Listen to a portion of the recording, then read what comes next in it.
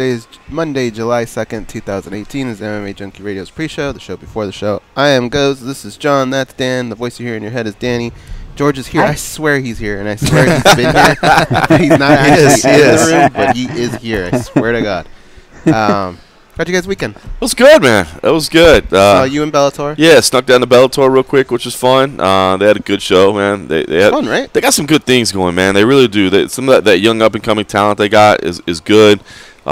Excited about some of the fights we got coming on the horizon, so that's fun. And then, watching a little World Cup, sneaking in some games there. Unfortunately, my wife's Mexican squad bowed out this morning, but Brazil's Brazil, But I think going in, if you would have said Mexico's going to make it to the next round, I think people would have been happy. So. 7 straight World Cups they've been out in the round of 16 game. Yeah.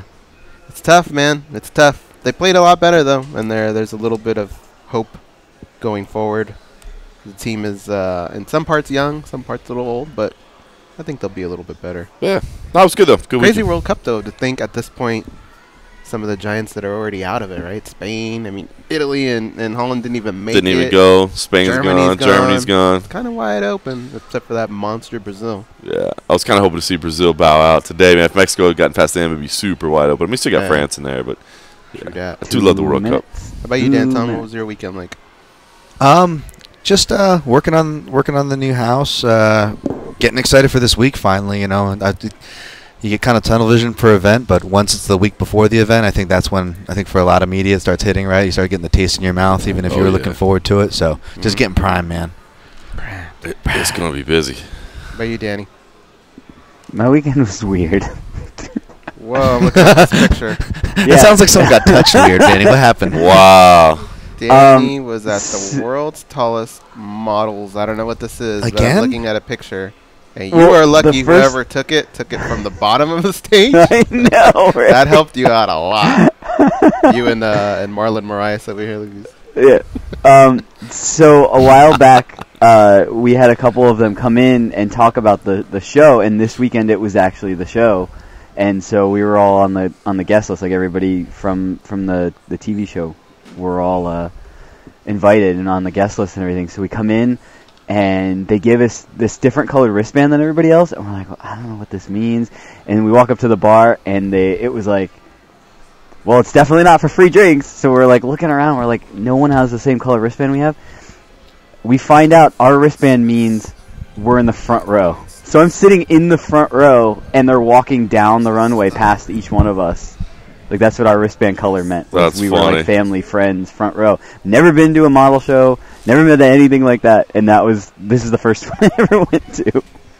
That's funny. Tallest models. And then we went to the after party with all of them, too. And that was just crazy, too. Now, Danny, not to be a dick, but am I to think that if they have world's tallest models, they have world's shortest models as well? I have no idea. Maybe that's something else we have to Danny, did you get my text? I did. I'm going to start the intro right now and give him a call. All right. Stand by.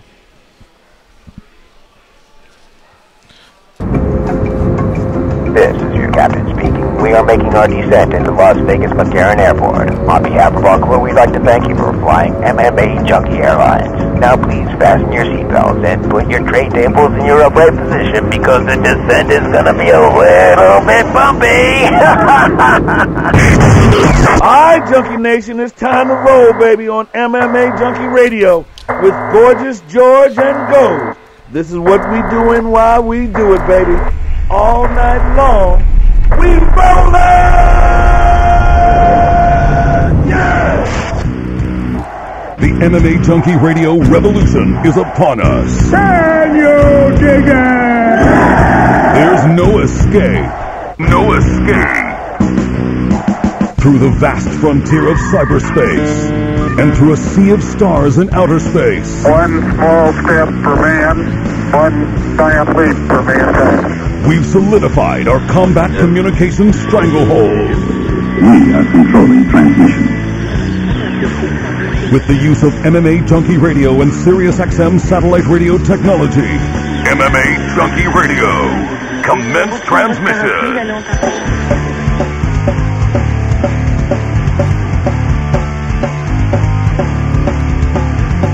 Live from MMA Junkie Radio HQ in the fight capital of the world, Las Vegas, Nevada. here are your hosts, Gorgeous George and Goes. From the fight capital of the world inside the beautiful Mandalay Bay Race and Sportsbook, you're listening to the MMA Junkie Radio Show, the only show that matters.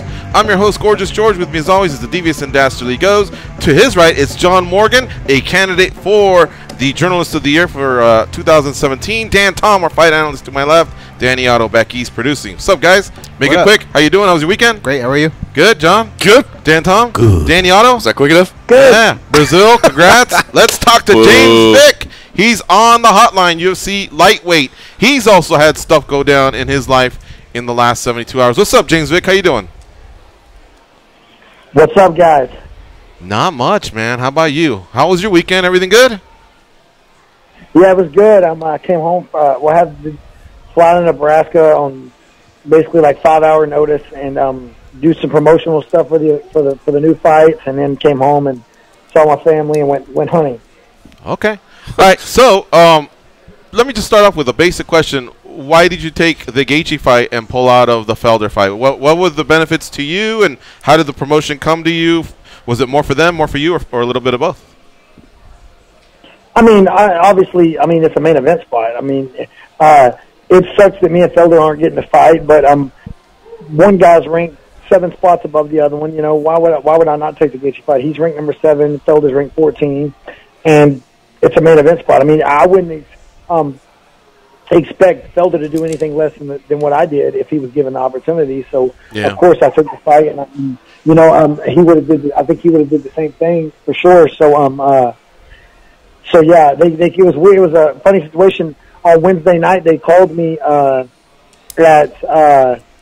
11 p.m. at night in Sean Shelby. I got a missed call, and then I checked my phone, and I was like, "Oh man!" All I thought was, I was like, "Man, you don't want to miss call from you don't want to call from the matchmaker 2 weeks out." So I was thinking, "Damn, Felder got hurt or something. Was about to pull out."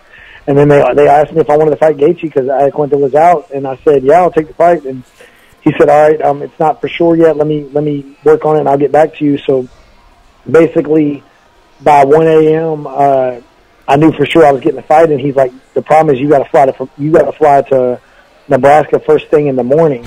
So I left. I found out 100% at 4 a.m. At 1 a.m. that I knew that I had to fight, and then I left at 4 in the morning.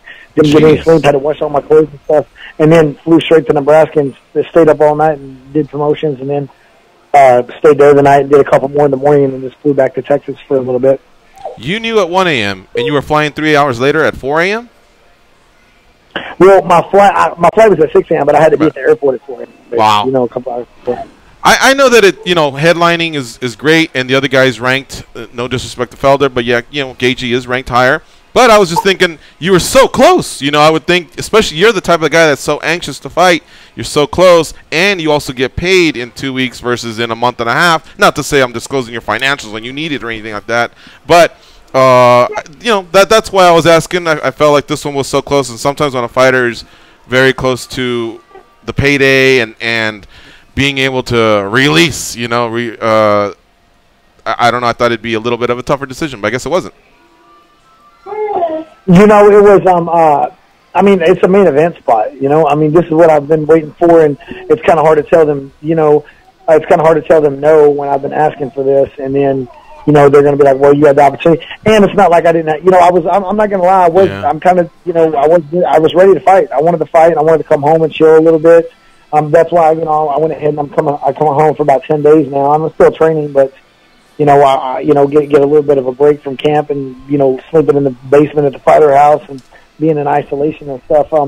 And it's really, realistically, if you look at it, from trying to be a positive way, it's only 5 weeks later. The fight's only 5 weeks later than when I was fighting. So I was definitely ready to fight, and I wanted to fight and then have a little time to chill. But, you can't turn down a main event spot, and this fight's gonna, once I win this fight, it's going to change my life. I'm going to be, I plan on being a superstar in the UFC after I win this. All right, James Vick, our guest here on MMA Junkie Radio. He is now headlining UFC Fight Night 135 in Nebraska against Justin Gaethje. No longer is he fighting Paul Felder. For those of you that haven't caught up, Paul Felder fights this Saturday against Mike Perry, so a big switch around there. in the last 72 hours. John Morgan, what do you got for James Vick? So, James, I wanted to ask you, I think you mentioned that you were going to hunting. Give me the idea. Is the idea take a little break and dial it down for a couple weeks so you don't overtrain and don't wear yourself out? What's the schedule look like? Yeah, I'm going to try. It's hard for me to stay out of the gym, because I train year-round twice a day regardless, even if I don't have a fight. Now, it's obviously the intensity is not the same, but, I already trained this morning. I'm training again tonight. I trained Saturday morning. I didn't train Thursday or Friday because I was gone doing the promotional stuff. So I took a couple days off there, and then I rested Sunday. So I practiced Saturday, and then I'm back on a 2-day schedule this whole week. I won't be probably as intense or as hard. I'll probably, obviously chill a little more, and maybe I'll take next Saturday, Sunday off. Maybe I'll take 2 days off again or whatever before I go back to Maryland on Monday.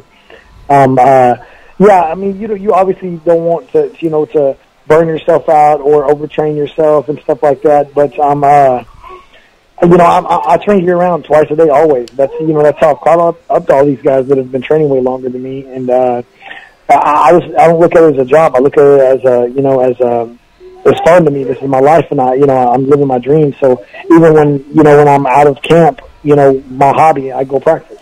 Yeah, no doubt. Let me ask you about the back and forth on Twitter that I saw, man. You've never been afraid to call people out, but normally it's because you're trying to get yourself a big fight booked. You got the big fight booked, and then you guys were kind of going back and forth. What was it? Was it his chicken legs comment that got you upset and got that thing started? What was up with that battle? Yeah, obviously, if he says something, I have to rebuttal back. You know what I'm saying? I can't just sit there and be a pussy, and not say nothing. The dude's delusional, man. He's a freaking human punching bag who's padded his record against B-level competition outside of this organization, and then he comes into the UFC and gets his ass whipped. And the dude he's not a number 7 ranked fighter.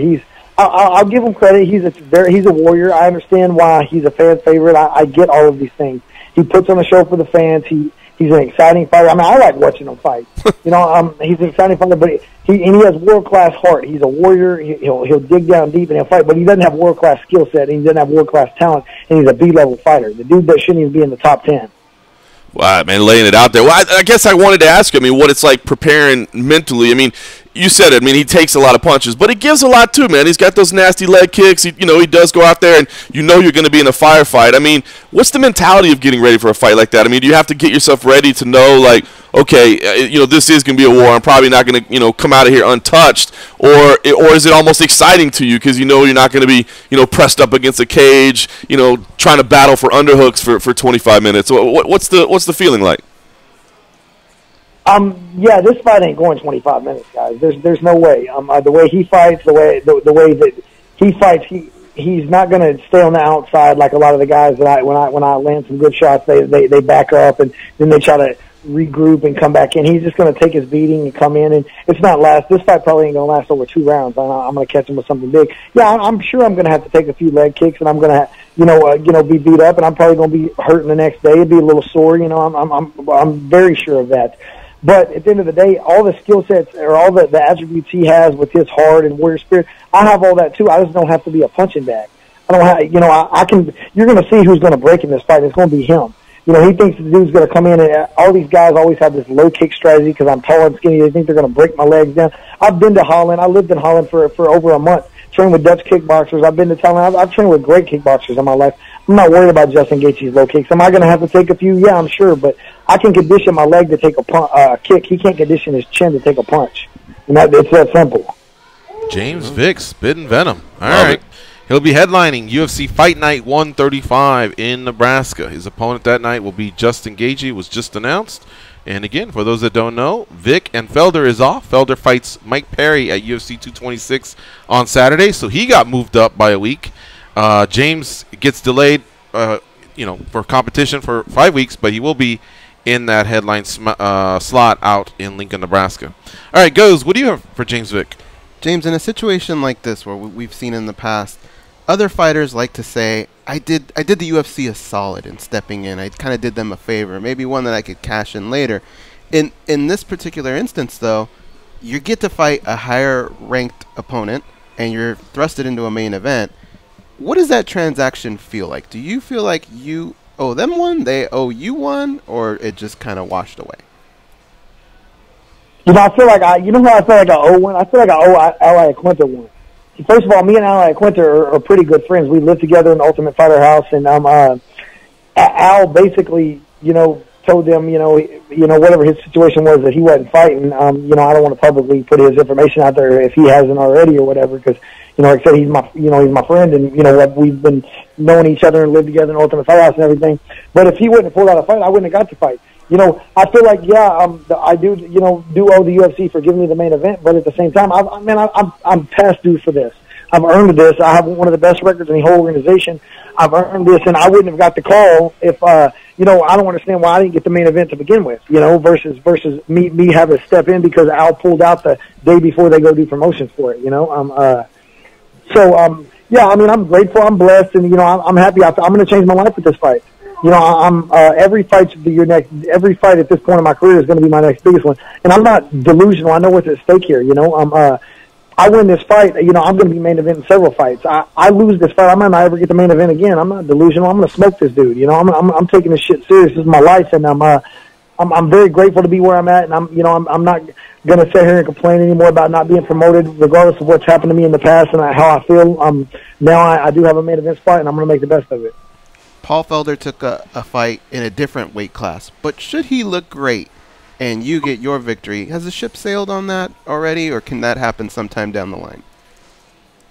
Well, here's the thing. I didn't want to really. Honestly, it took me. If you notice some of Paul Felder's texts, I mean his messages and posts on social media, it took me a month to agree to the fight. I didn't want to fight the guy anyway. There's nothing against Paul Felder, but how many guys ranked below me do I have to fight? You know what I'm saying? I mean, I have the same record in the UFC as Conor McGregor and Yoel Romero, and one of them is a 2-division world champion. The other one's fought for 2 world titles. You know, after this fight, after I win this fight, there's only 2 guys in the division that have better records than me, and that's Khabib and Tony Ferguson. So, if the only way I would take the fight with Felder again, like I said, it's nothing personal against him. If he gets ranked above me, well, glad, let's do this. If I got offered a main event to fight him, if after this fight the UFC said, okay, we want to rebook you and Felder, if they give us a main event, then I'll fight him. If it's not a main event, I'm not taking the fight. I'll tell you what, man, all this is refreshing because how many times we talk to fighters and they go, man, I don't care where I fight. I'll fight first, take a shower, and watch the rest of the fights. And this dude's looking at it more like with business, the popularity, you know, the angle for the next fight, the build-up. I like it. I like it, James Vick. Way to stand up for yourself, man. And you're explaining it very well while still spitting venom, getting me excited for that fight coming up in August. All right, Dan Tom, our fight analyst, what do you have for James Vick? Yeah, I mean, anybody who's followed Vic's career knows that he deserves a top spot. So I don't think anybody's arguing with him there as far as, you know, the Felder fight goes. But with Felder, and you already explained, you know, great reasons why to take this fight, James, obviously. But I was just curious, was the fact that it was maybe, you know, a high-pressure guy that fights out of the same stance. They're different fighters, obviously, but were there similarities there, I guess is what I'm saying, that helped you take the fight? And if there is one difference, big difference between Felder and Gaethje of an adjustment, without giving away a game plan, what would you say that difference is, James? Well, there's several differences. I mean, I get what you're saying. You know, they're both orthodox fighters. They're both kickboxers. They're both going to try and probably, you know, leg kick me a lot and use some traditional Muay Thai techniques. Felder has, to me, Felder's a better fighter. Felder he's fought better competition than Gaethje has. He has better defense. He's not as aggressive. His leg kicks probably aren't as fast or as hard as Gaethje's. Gaethje has fast and hard leg kicks, and he just throws them caution to the wind. But both of them have really good chins. You know, Felder's never really been hurt. Gaethje's, you know, been knocked out a couple times, but he does have a very good chin. And I mean, that didn't really, you know, the similarities and styles didn't really, make the fight or you know, help me decide, because if Gaethje was a southpaw, I would have fought him. It doesn't matter. I have a full camp. You know what I'm saying? I'm looking at another 7.5 weeks again already. But yeah, I think that Gaethje's would take risks that Paul Felder wouldn't, which is what's going to cost him and what's cost him in the past. You know, the last couple fights is, you know, you can't fight the way he fights against world class fighters and win. You can't consistently win like that. You may win a couple fights, but let's be honest, the guys he fought outside the UFC wouldn't even be ranked in the top 40. These guys are B-level fighters. And he's coming over here and he's being exposed. You know, he's being shown that, and I'm going to show it again. There's going to be a major difference in technique in class in this fight, and I'm going to show it. I'm going to have to take some shots because the dude is tough, and he's going to come in leg kicking me to snap. But my will is everything that his will is. Plus, I have skill set. Right on, James. And just one quick follow-up, because I love hearing you break stuff down. You've done it before on this show. You've done it on other, my boy Dan Levy's podcast. I hear you break stuff down. What is your picture? Just curious on that Felder-Perry matchup. I'm just curious what your feel is for that. They got Felder the favorite right now. So I don't think that's a bad odds. I think that Felder has more than a great chance to win this fight because, first of all, Felder has a really good chin. Mike Perry really is not that great at winning decisions. The dude's defense isn't great. He takes shots. He has a good chin as well, but he takes shots. I think that there's a good chance that Felder can win the decision this fight. I definitely think that. I don't think that the size. I don't think that Mike Perry's way bigger than Paul Felder, and I think that there's a good chance Felder wins the decision on this fight. Hey, I really love the way you laid things out as far as your record in the UFC compared to others. So, James, if it's your night in August against Justin Gaethje, can you leapfrog the winner of Alvarez and Poirier, who many have said could be next, while Tony Ferguson is still healing from injury? Are you looking at it that way? What is Tony Ferguson's recovery time? Isn't he supposed to be maybe healthy by the end of the year? Maybe by the end of the year if everything goes well. Yeah, it's usually a 9-month recovery, like average. Some people push it a year, some people come back quicker. But yeah, I would think end of the year or early 2019. So yeah, there you go. Got you. Hopefully, in a perfect world, I would, because I'm not. After I win this fight, I'm not calling out Chiesa or Kevin Lee anymore. Fuck these clowns. I've been trying to fight these dudes for Chiesa for 6 years on a rematch, and Kevin Lee's already turned down 2 fights. So I've been trying to fight this dude for 2 years. So if the UFC comes to me with a main event against those guys and they offer me more money, I'll take those fights out, because people need to be clear. I'm not afraid to fight anybody in the world. I'll fight anybody, any damn weight class. I ain't afraid of anybody. But I'm tired of getting screwed over. I have one of the best records in the UFC. Half the people, unless they're hardcore fans, don't even know who the fuck I am, because I've never been promoted and I haven't got the opportunities. Well, I'm getting the opportunity. So it's now, if I lose, that's on me. If I lose, I got to shut the fuck up and go back to the drawing board and do what I have to do. But when I win this fight, I want a higher ranked guy. I don't want to be beat the number 7 ranked guy, and maybe be number 7 or number 6 in the world, and have to fight someone ranked below me. And like I said, unless it's a main event spot or something like that. Hopefully, I would love to fight. If you got Conor and Khabib all tied up, why don't they give me the winner of the Poirier and Eddie Alvarez fight? Why don't I get to fight one of them? Why don't I get to fight Tony Ferguson?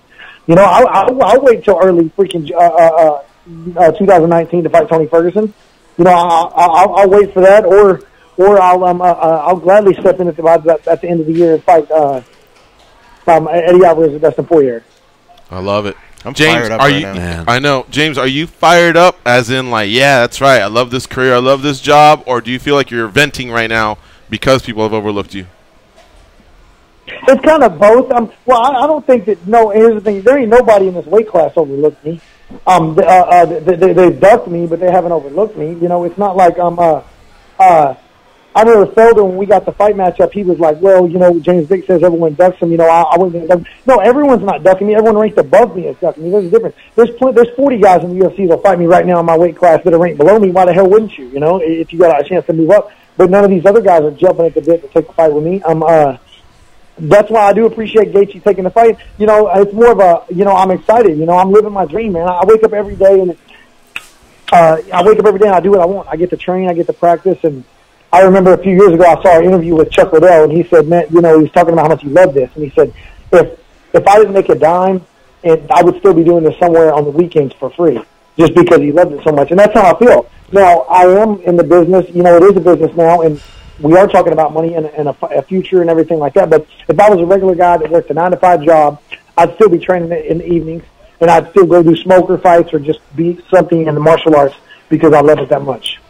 And we love watching you fight. We love having you on the show, my man. trust me, Junkie Nation knows who you are. A lot of our listeners always give us great feedback. We love it when you have James Vick on. We love watching him fight. Good for him, the streak that you're on, the record that you have. So good on you, James Vick. Thanks for the time, my man. I know it's a busy day for you, and congrats on getting this fight. You're very excited about the main event slot, and we're excited for you.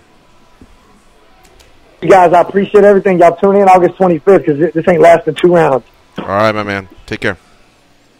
Damn, that's how you James do Vick it got right me there. fired up. That's how that's how you start a Monday morning right now. Yeah, exactly. I gotta let's take a break, man. Yeah, we got batteries a little. Punch somebody otherwise. Execution was not playing around. You can't follow that up. He needs to go to his neighbor's house, give them both pies, and just go, this is for you. I've enjoyed my time being your neighbor, but I'm moving on up. I am out of here. Yeah, exactly.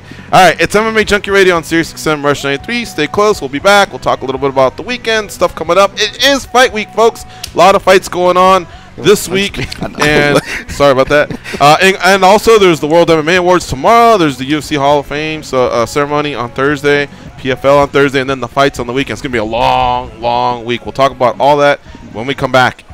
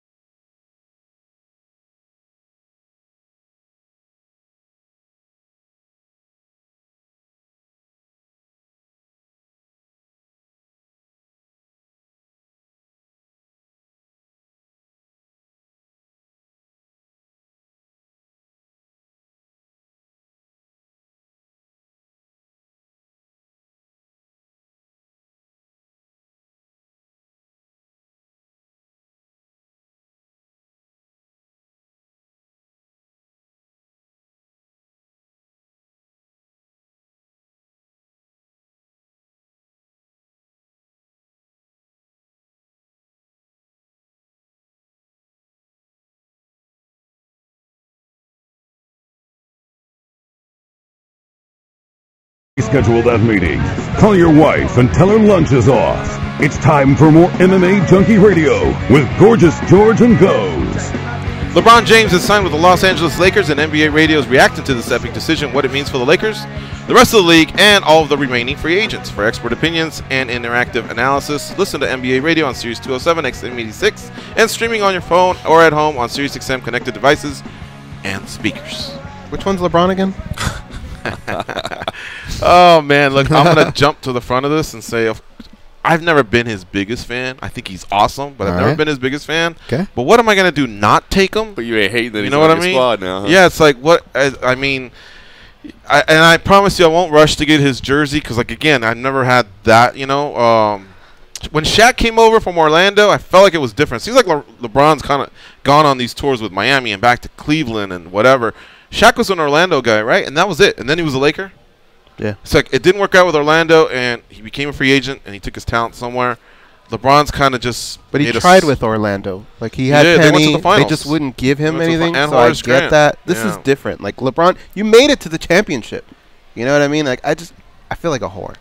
I really do. Wow. I really do. I mean, I don't really I like like the the guy. shakeup though, right? Like 4 finals in a row with the same 2 teams. That Like, is Yeah. impressive. I mean, That's why I say it's he's boring, impressive, though, right? man. Like Yeah. for a viewer to have the same 2 teams 4 years in a row, it's kind of boring, right? I get it's like an epic rivalry. The but run with Cleveland I like a was little shakeup. done for sure. You know think what I so? mean? Yeah, like because That's where I he's heard from, man. I heard they paid a lot. Like their payroll's up there, so it's not like they could even go, can we get Kawhi or nothing like that. Like I just heard they have a tremendous payroll.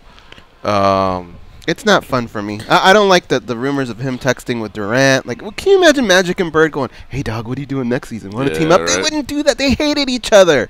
Jordan hated Starks and Ewing. Like, It's a I new don't era. get this. Like, I just. And if I was don't- Durant, I don't wouldn't know have what I'm gonna do. left Oklahoma City to join the I'm Warriors. not going to root against the Lakers, but I don't know that I could sit there and go Lakers. Like, it just doesn't feel right, man. The Thunder had the Warriors down 3-1. That was the year the Warriors won 73 games, the most they even beat the Bulls record. They had them down 3-1, and the Warriors came back and beat them, but eventually lost to Cleveland. But the fact that you had them down 3-1, and then they call you and say, you want to join us free agency? I would have said, fuck you. We had you down 3-1. Watch how we regroup Right, and yeah. take you guys out. Yeah, I get that. I don't need to go with you guys. Me and Russ Westbrook, we're going to get another key component. We're going to handle you guys next season. You know what I mean? Right. I would not have taken that call. That's how the old school like goes to Magic and Bird. They would only unite in Barcelona. You know what I mean? The Yeah, dream team. yeah. Other than that, it was back to their ways, and they'd take each Great other out, callback. man. You know what I mean? Great dream team. So, that one, but it's just a new era. What are you gonna do? If he comes behind in, the We scenes, get they old and just have cranky, dinner and they together. get young and soft. I don't say that. Well, all right, but if they come in, let's say you win some titles with LA, all right?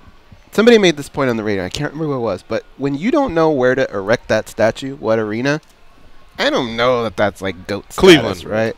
Cleveland? They're He's a burning his Cleveland guy. jersey. Yeah. Well, He's a It's his Cleveland guy. hometown. He ran away from him twice. That's what you do. That's what you do after you know. going to the championship with them. That's what you do. That's just You know. basic You guys, shit, you guys dude. bringing up some great points. Let me ask you this, because I just saw the internet in an uproar, right? And by the way, I appreciate your guys' takes. I think anybody saying that you guys, I know a lot of people come at you guys for being Lakers fans and this and that. I don't think they can come at you guys for the takes you just gave. So, commend you on that. But from an outsider's perspective, now you guys wonder where Dan, maybe not wondered, but my super hipster ass takes on basketball, where they come from, and I kind of burnt out of the league, like right about the LA Portland series where you had the ref controversies, and essentially it wasn't even so much the tinfoil hat stuff and that money behind doors. It was the money in the open floor, where it was, to me, it was becoming less about the team, more about the player, and not even more about the player. The player was becoming more of a rock star. We saw about how they were being treated from coaches, not just from this team, but from multiple teams, from the media to all these deals, and it washed it out.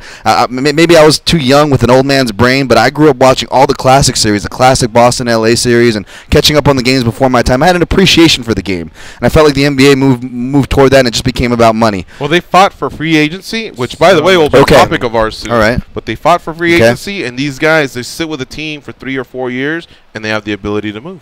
And has this kind of taken a trend, or is LeBron just the kind of guy that gets heat for it because He he's was obviously with- the front of? No, he did like 8 years with Cleveland, then went to Miami, did Okay. 4 there, Okay. then came back to Cleveland and did 4 there. Okay. He's not jumping every year, but because he started after high school, so he's had what seems to be a long career, and it is a long career. but he's actually put some time in with each franchise. But see, the problem with LeBron, I think, is the comparisons to Jordan. If he doesn't get the 6 titles, I think what he wants to be able to say is, I won different titles with 3 different franchises. That's what I think. But then again, these guys are so rich, I don't even think they're the ones that really worry about it as much as us fans that go, no, man, it's Jordan. No, it's Kobe. No, it's this guy. It's that guy. So are the fans hating more on the climate, or are they just hating more on LeBron, I guess? It's just fun to hate. It's fun to hate. Who goes on to Twitter and say, happy Sunday? You know, nobody goes on to say that, right? Everybody's like, what's up, bitch? You know, like, your team just lost. You know what I don't want? You know what I don't want, guys? I don't want that guy that... Have you noticed that now there's a... I'm not an NBA team fan. I'm a LeBron fan. I don't want to see that guy wearing a Lakers shirt. Scott Howey's I see that guy hanging out, we're going to have problems. Scott Howey's that guy. John Gunderson does that, but I don't want to fuck with him. But anybody else, I'm going to be very mad. No way. Yeah, that's tough. Yeah, well, it's huge news in the NBA. Put it on NBA channel. The NBA channel, it's channel 86. You'll like it. They'll do a great job of seeing what's left. Because Paul George has now re-signed with Oklahoma City. Chris Paul's re-signed with the Houston Rockets. LeBron James is now a Laker. So things are shaking up for the next NBA season. Let's take this call and then a break, and then we got to get ready for Leslie Smith, who will be on our show as well. No longer with the UFC, button heads with the UFC. We'll kind of dive into that case a little bit when we get her on. All right. Dave from New Brunswick. What's up, buddy? How you doing? How's it going, guys? John, it's always a good day when you're in the studio. Love the MMA Roadshow and love the energy. The live shows juxtaposed with, you know, the laid-back days in your backyard. It's really good energy. But I wanted to call about UFC Moncton, October 27th. Really? October where? 27th. Okay. UFC Moncton. What? Well, first of all, maybe I'm hoping you're calling in to tell me where the hell that is, because I remember when they announced it, I definitely had to look that up on a map. I thought you were going to, whenever a caller calls in and says a lot of nice things about you, they usually serve you up right after, and I thought that was going to happen to you. Yeah. But I called to tell you why you really suck. So what's been announced, Dave? I'm off October 26th, the UFC makes the long-awaited debut in Moncton, New Brunswick, Canada. Oh, okay. Well, congrats to you guys. Brand new center. It's not even open yet, so they'll help christen it. And October 27th, that's 10 days after they legalized recreational pot cross country. Oh, well, I am filling out my application now then. New Brunswick, is that its own? It's way out there east. It is? Is it the Maritime time zone? It's not a province, though, right? Yes. It is a province? Yes. Okay. Yeah, province. And are you on the Eastern time zone? Atlantic time zone. Atlantic 1 hour ahead of the Eastern. Okay, so yeah, by Nova Scotia, where the Titanic went down. Gotcha. You know my favorite part of these random Canada cards is every time it gets close, you get to see the one social media picture of the fighter who's from a really warm climate, forced to stand out in the cold. Like Halifax, we had Derek Lewis in the parka. I think Saskatchewan or whatever, we had Max Holloway. You know, back then their guy was T.J. Grant, right, in that neck of the woods. I think that was who's the most popular fighter from your neck of the woods, Dave? Christian Tiger Savoy. Come on, George. Of course. He's a light heavyweight. He best fighter in the country right now. They called him to bring him in for I've heard this guy. Contender Series, but he just came off the fight with a broken hand. Mm-hmm. All right, cool, man. Well, listen, congrats to Moncton. I'm sure it sounds like you'll be out there. Give me a quick prediction this weekend. Actually, I was hoping you guys had some any hints on, finding out when the tickets come on. I put my couple email addresses in, but I just don't want to have to rely totally on that. If you have any inside information on, release dates, typically, when they are announced. Normally it's about 8 weeks out. The UFC likes to have about 8 weeks as kind of the guiding window, so if you want to use it as your principle. But I'll tell you what, I will send a message right now to the Canadian PR team, and maybe we can get an answer for you before we go off air. Yeah, I believe Nebraska just did theirs, right, with the announcement of Vic Ngagi, and that's 6 weeks out. So if this fight card is October 27th, look for like maybe mid-August, late August, I guess, for an announcement like that. But John, I'll try and get you that info, right, Dave?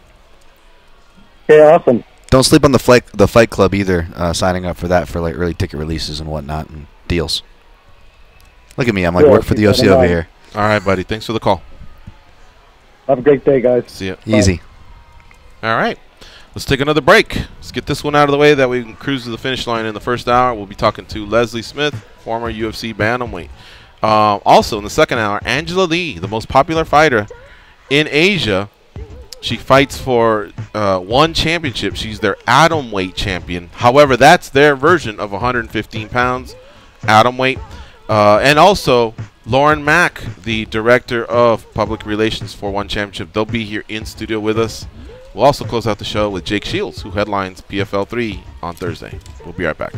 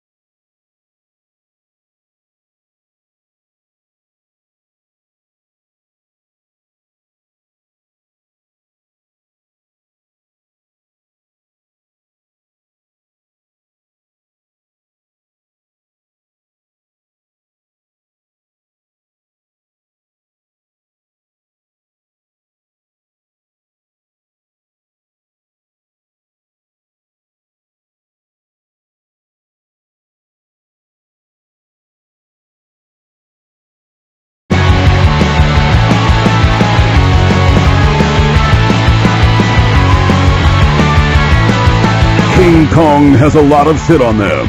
Like a lot, especially Goes. Here, Gorgeous George and Goes. SiriusXM presents ESPN's coverage of the championships at Wimbledon. Hear point-by-point action throughout the fortnight, starting every morning at 4 Eastern on Sirius 145, XM 207, and streaming on your phone or at home on SiriusXM connected devices and speakers. For those of you that went to public school, a fortnight is a 2-week window. All right, so let's go to Leslie Smith, our next guest here. One second, guys. Oh, okay. Did you guys know that the Killers are also playing a private show? Yeah. How about them Killers? I love the Killers. Yeah. Where Las Vegas' own. Let me see, John. Things start with World MMA Awards tomorrow, right? That's right. And then we have Hall of Fame on. Is there anything else going on that the UFC's thrown out there as far as like, hey, fans, come on out? Yeah, in fact, if you want to go to MMA Junkie right now. You guys put something out? Yeah, I put a whole list together of everything. It's the Nice. it's the picture of Misha Tate in their swimsuit that will surely generate some clicks. But yeah, actually, there's I actually put this together myself yesterday. It took me forever to do, but literally a day-by-day list of everything that's happening. Whether it be there's a couple pool parties at Hard Rock. There's fan stuff. There's a fan fest. I even put in the list of all the fighters that are doing autographs and all that stuff. So the headline on MMA Junkie is fans invited to loaded schedule of UFC International Fight Week events in Las Vegas. So if fans want to click on that, I think it's a pretty handy guide of literally everything that's happening day by day. That's perfect. I just got a question in my inbox asking for some kind of list like that. Now I know right where to direct everybody. There. I took Perfect. the PR schedule, so there's like fan events. I took the community outreach schedule of all the social stuff, and I put it all in one place for everybody to look at, and there you go. Nice. I'm going to tweet that out later. An after party at Hakkasan after UFC 226. We got it all there. Very cool. All right. And it's going to be busy. So our guest is ready to go. Her name is Leslie Smith, former UFC bantamweight. She joins us on the hotline. Hello, Leslie. How you doing? I'm great. How are you? Good. Are we also being joined by your attorney, Lucas, or is it just you right now? It's just me so far. Okay. He's got the number for calling in, but I sent that about half of a second before I said hello to you. All right, cool. So, Leslie, I guess maybe the easiest thing is to just go off the timeline from this past weekend. The claim that you had versus the UFC, the National Labor Relations Board claimed that it had merit, right? So that's kind of what I had heard before I walked in to watch the fights over at Bellator, and then reading over the weekend, it seems like there was a setback in that the UFC has now delayed that case. Am I right so far? Yeah, you are right. The Section 4, the office that decided that my claims had merit, they do not have to ask Washington, D.C. to advise them on anything. They can just make their own decisions, and they can ask for advice if they want to. But as soon as this decision came out, then Washington, D.C. called them and said that they needed to advise them on the case. Okay. So it is a little tiny bit worrying because I think that Dana White, he's done stuff with Trump, hasn't he? Yeah, they've got a relationship. Yep. So I'm a little bit worried that their relationship, that the politics of that whole thing might win out, but hopefully the merit of the complaint and the situation is going to win. It'll be interesting to see how it goes. So, Leslie, I got to ask, this is kind of a roller coaster for you, right? Because I saw you this past weekend, too. I mean, Friday morning, it seemed like everything's great, and then a couple hours later, it seems like it's turned in another direction. So it was kind of a roller coaster, I guess, for you, and very unexpected, I guess? Yeah, but you know what? The day ended in the best way possible. My teammate, Carrie Melendez, had an amazing fight on Bellator. She got a rear naked choke after she dropped her opponent with a right hand. And so I was still on cloud nine. You know, I didn't even want the night to end, so I went out and did yoga by the elevators at like 3 o'clock in the morning because I was like, no, I can't go to bed. That's great. So it sounds like we've got Lucas Middlebrook, your attorney, on the phone as well. And I wanted to see if Lucas could maybe help us out, put it in layman's terms, because I'll be honest, I'm just a lowly mixed martial arts journalist. I watch fights and do interviews and that sort of thing, and we start getting into high level legal discussions. Sometimes I get a little bit lost, I'll admit. So maybe if Lucas doesn't mind, if you could just kind of give us an update in layman's terms, so I guess we all kind of understand where we stand and what this latest information means. I mean, if this roadblock could be a months-long roadblock, a years-long roadblock, or kind of what we're dealing with now. Right, Lucas, and to catch you up, we do know that the UFC's delayed the case, and now the case is going to go through the National Labor Relations Board's Division of Advice. Can you tell us what that means, the Division of Advice? Is that different from where the case was headed before? Sure. So we filed the charge in Region 4, and that's in Philadelphia. The reason we filed there is because they have jurisdiction over Atlantic City, which is where the fight occurred. And the Region 4, just like any other region, when a charge gets filed, they assign a lead investigator, and then they conduct an investigation. They take affidavits. We had multiple individuals on our side provide confidential witness affidavits. They look at documentary evidence, and then they decide whether or not the charge has merit. And what that means is if the region decides that the charge has merit, then the region will inform the employer, we are going to file a complaint against you based on this charge because we have found it has merit unless you decide to settle the case. And then the NLRB region usually, gives about a month or some time to see if the parties want to settle, and if not, then the Region 4 becomes almost like a criminal prosecutor. They actually file the complaint against the UFC. The UFC can answer the complaint. A discovery process takes place, and then eventually you go in front of an administrative law judge or an ALJ for a little mini hearing, almost like a mini trial, and then the administrative law judge renders his or her opinion. And in this case, the opinion would be really on two things. One, are the fighters like Leslie was statutory employees, or are they independent contractors like the UFC says they are? And two, was Leslie retaliated against for her role in the union organizing? So as of Friday morning, that was the path it was on. We were notified early Friday morning that Region 4 had made a merit determination in Leslie's favor, and that included a determination that there was enough merit presented to show that the fighters are statutory employees and not independent contractors. Wow. And so Region 4 of the NLRB decided that there was enough evidence that these fighters are actually statutory employees that they would proceed with this complaint. And then it was less than 12 hours after being informed that was the decision, we got a call back from Region 4 saying, hold on, we're now being told from D.C., the Division of Advice, that this case has to go through them first.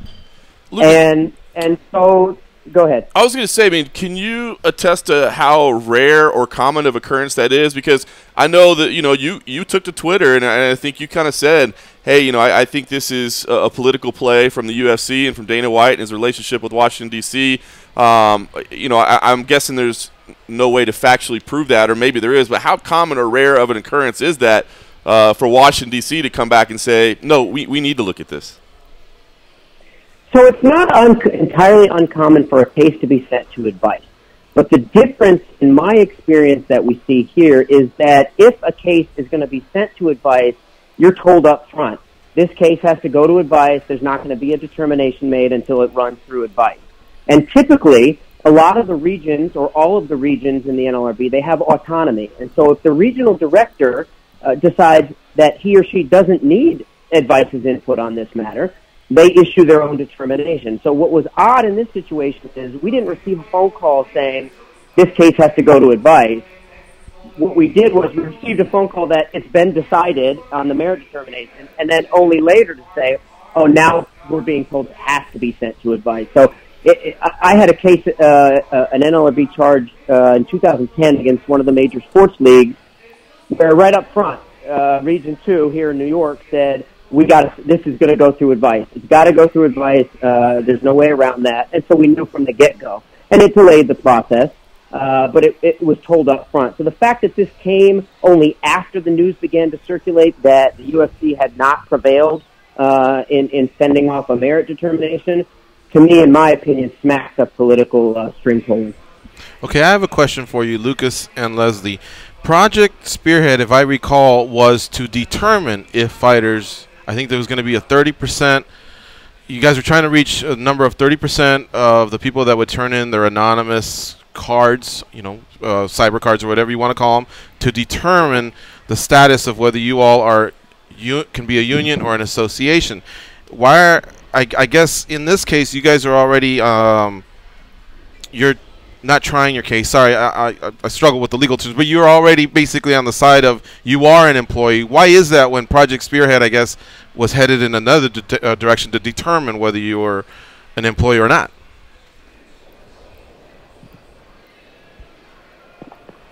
Lucas is on a roll. He can go for it. Yeah, sure, not a problem. The reason that the case took a hard left turn, so to speak, or the push from Project Spearhead is because of what the UFC did to Leslie in April. Here you have the president of an association, really the most vocal proponent for fighters' rights and unionization to some extent, who was suddenly bought out of her contract and released. Mm-hmm. And so we felt strongly that was retaliation against Leslie for her role in what under the law is called protected concerted activity. So the National Labor Relations Act, which goes back decades and decades, when Congress was instituting this act, they knew that there were going to be circumstances in which employers didn't want people, employees, discussing benefits and rights and unionization, and there would be retaliation because of that. And so built into this law, this federal law, is that it is illegal to do that. You cannot retaliate for someone who's engaging in lawful union activity, because what it does is it creates a climate of fear, and no one else wants to get involved. Mm-hmm. And so when this happened to Leslie, in order to further push Project Spearhead and not have every fighter who was possibly considering signing an authorization card just retreat further into the shadows, really there was no other choice but for Leslie to file this charge in order to show the rest of the fighters what they did is illegal. And they're not going to do it to you because they did it to me, and I'm going to fight back, and I'm going to show you that it's illegal and that there's a federal agency here that's designed to protect you. So it's actually, this question has been asked before, which path is Project Spearhead on now? Well, they're not mutually exclusive, right? Leslie had to do this in order to keep Project Spearhead moving forward, but at the same time, Leslie and Cajun and Al, they're all still out there trying to collect authorization cards because the ultimate goal is to get 30% of the cards and submit those to the NLRB, and because it may not, depending on where this first matter goes, we don't know at this point when we'll get an adjudication on employee status. If enough cards are collected, that will force the NLRB to have to rule on that issue if the UFC brings it up. Now, I will say, given that a region has now made a merits determination that these fighters are employees, to be honest with you, the UFC would argue with me. I think it's not a foregone conclusion, but it leans heavily in favor of employee status finding once you look at the evidence and you apply it to the factors that the NLRB does. Okay, we only have about 2 minutes left, so let me ask you this. Can you tell us how fighters retreated from the cards that they originally tuned in? I don't know if that'd be tipping your hand or not. And did you guys get close to 30% or surpass 30%? Again, I don't know if you're tipping your hand, or can you share that? Well, Leslie? we're still working in that direction. We're not sharing any numbers on how many people. I mean, if the fighters want to call me and they want to talk about how many people have signed, then I'll talk to them. Mm-hmm. But for the aspect of confidentiality, which is a really big deal, it's one of the reasons that past efforts have failed, and so it's something that I feel is really significant, is that we're not sharing the numbers of people who have signed cards. But I can say that I have had a lot of people reaching out to me and asking what the results are, what that means, and and a couple of people have asked me if my card will still count even though I've been cut, knowing the numbers that we needed. So the fighters are definitely paying attention, and they're wondering how this is going to play in. But they are also a little bit more reluctant to be vocal about it and to influence the other fighters, because in order to influence other fighters, you kind of have to admit what you're doing out loud, and it's a climate of fear right now. People are scared. They don't want to get cut. Leslie, this is not just, yeah. I'm sorry, Leslie, if I could just piggyback on top of that, is that... we got 30 seconds, Lucas. Go ahead. Since what happened to Leslie in April, there has been a precipitous decline in the amount of authorization cards that Project Spearhead had been collecting. Wow. And that actually fear that has led to the precipitous drop, we actually had confidential witnesses provide affidavits to the NLRB that actually existed, and that the fear increased and people retreated after the UFC did what they did to Leslie. Okay. Well, thank you both very much for joining us here on the show. Good luck with the case, as it progresses forward. Leslie, again, tons of respect your way. It takes a lot of courage to do this, and I've always said the fighters banding together definitely have more of a voice, but it is tough in this sport because it's such an individual sport. But it remains to be seen. I wish you the best of luck. Thank you, Leslie and Lucas. Thank you so much. Okay. All right, folks, we are going to take a quick break. And then one championship is set to invade the studio. Lauren Mack, the Director of Public Relations, and Angela Lee, their atomweight champion, who's defended the belt 3 times. She is their most popular fighter out there in Asia. They'll both be here in studio.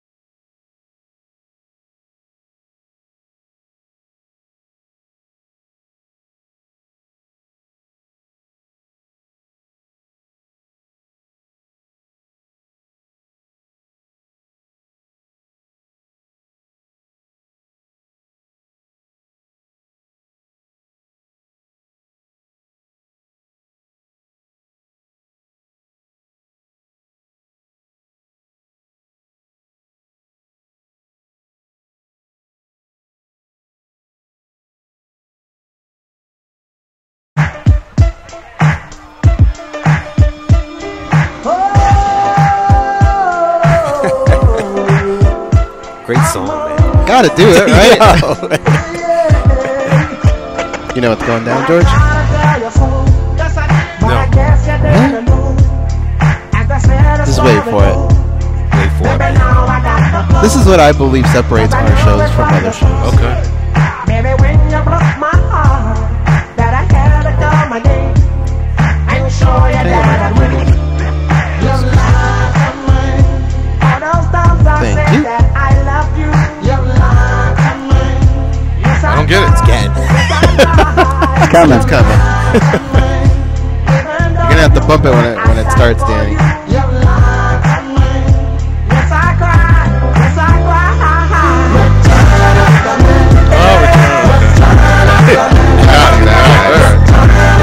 Alright, I want to welcome to the show here. We're starting the second hour.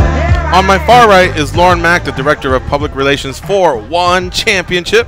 And sitting to my immediate right is the champ, Angela Lee. She's the champ in the atomweight division. However, their atomweight division is 115 pounds, similar to our strawweight division here in North America. Welcome, both of you. Great to be here, man. How you doing? How you doing, champ? Doing good. It's good to be in Vegas. Man, you and you know what? We couldn't have done this interview like a few months ago because you just turned 21 and we have strict gaming laws. You would have to be out there. I couldn't be in here. Yeah. We would have given you like a Monopoly game or something to entertain yourself. That's what we give all the kids out there. But you're 21 and you're whooping ass. 3 title defenses. Yeah. You went 25 minutes with Yamaguchi in part 2. Yeah.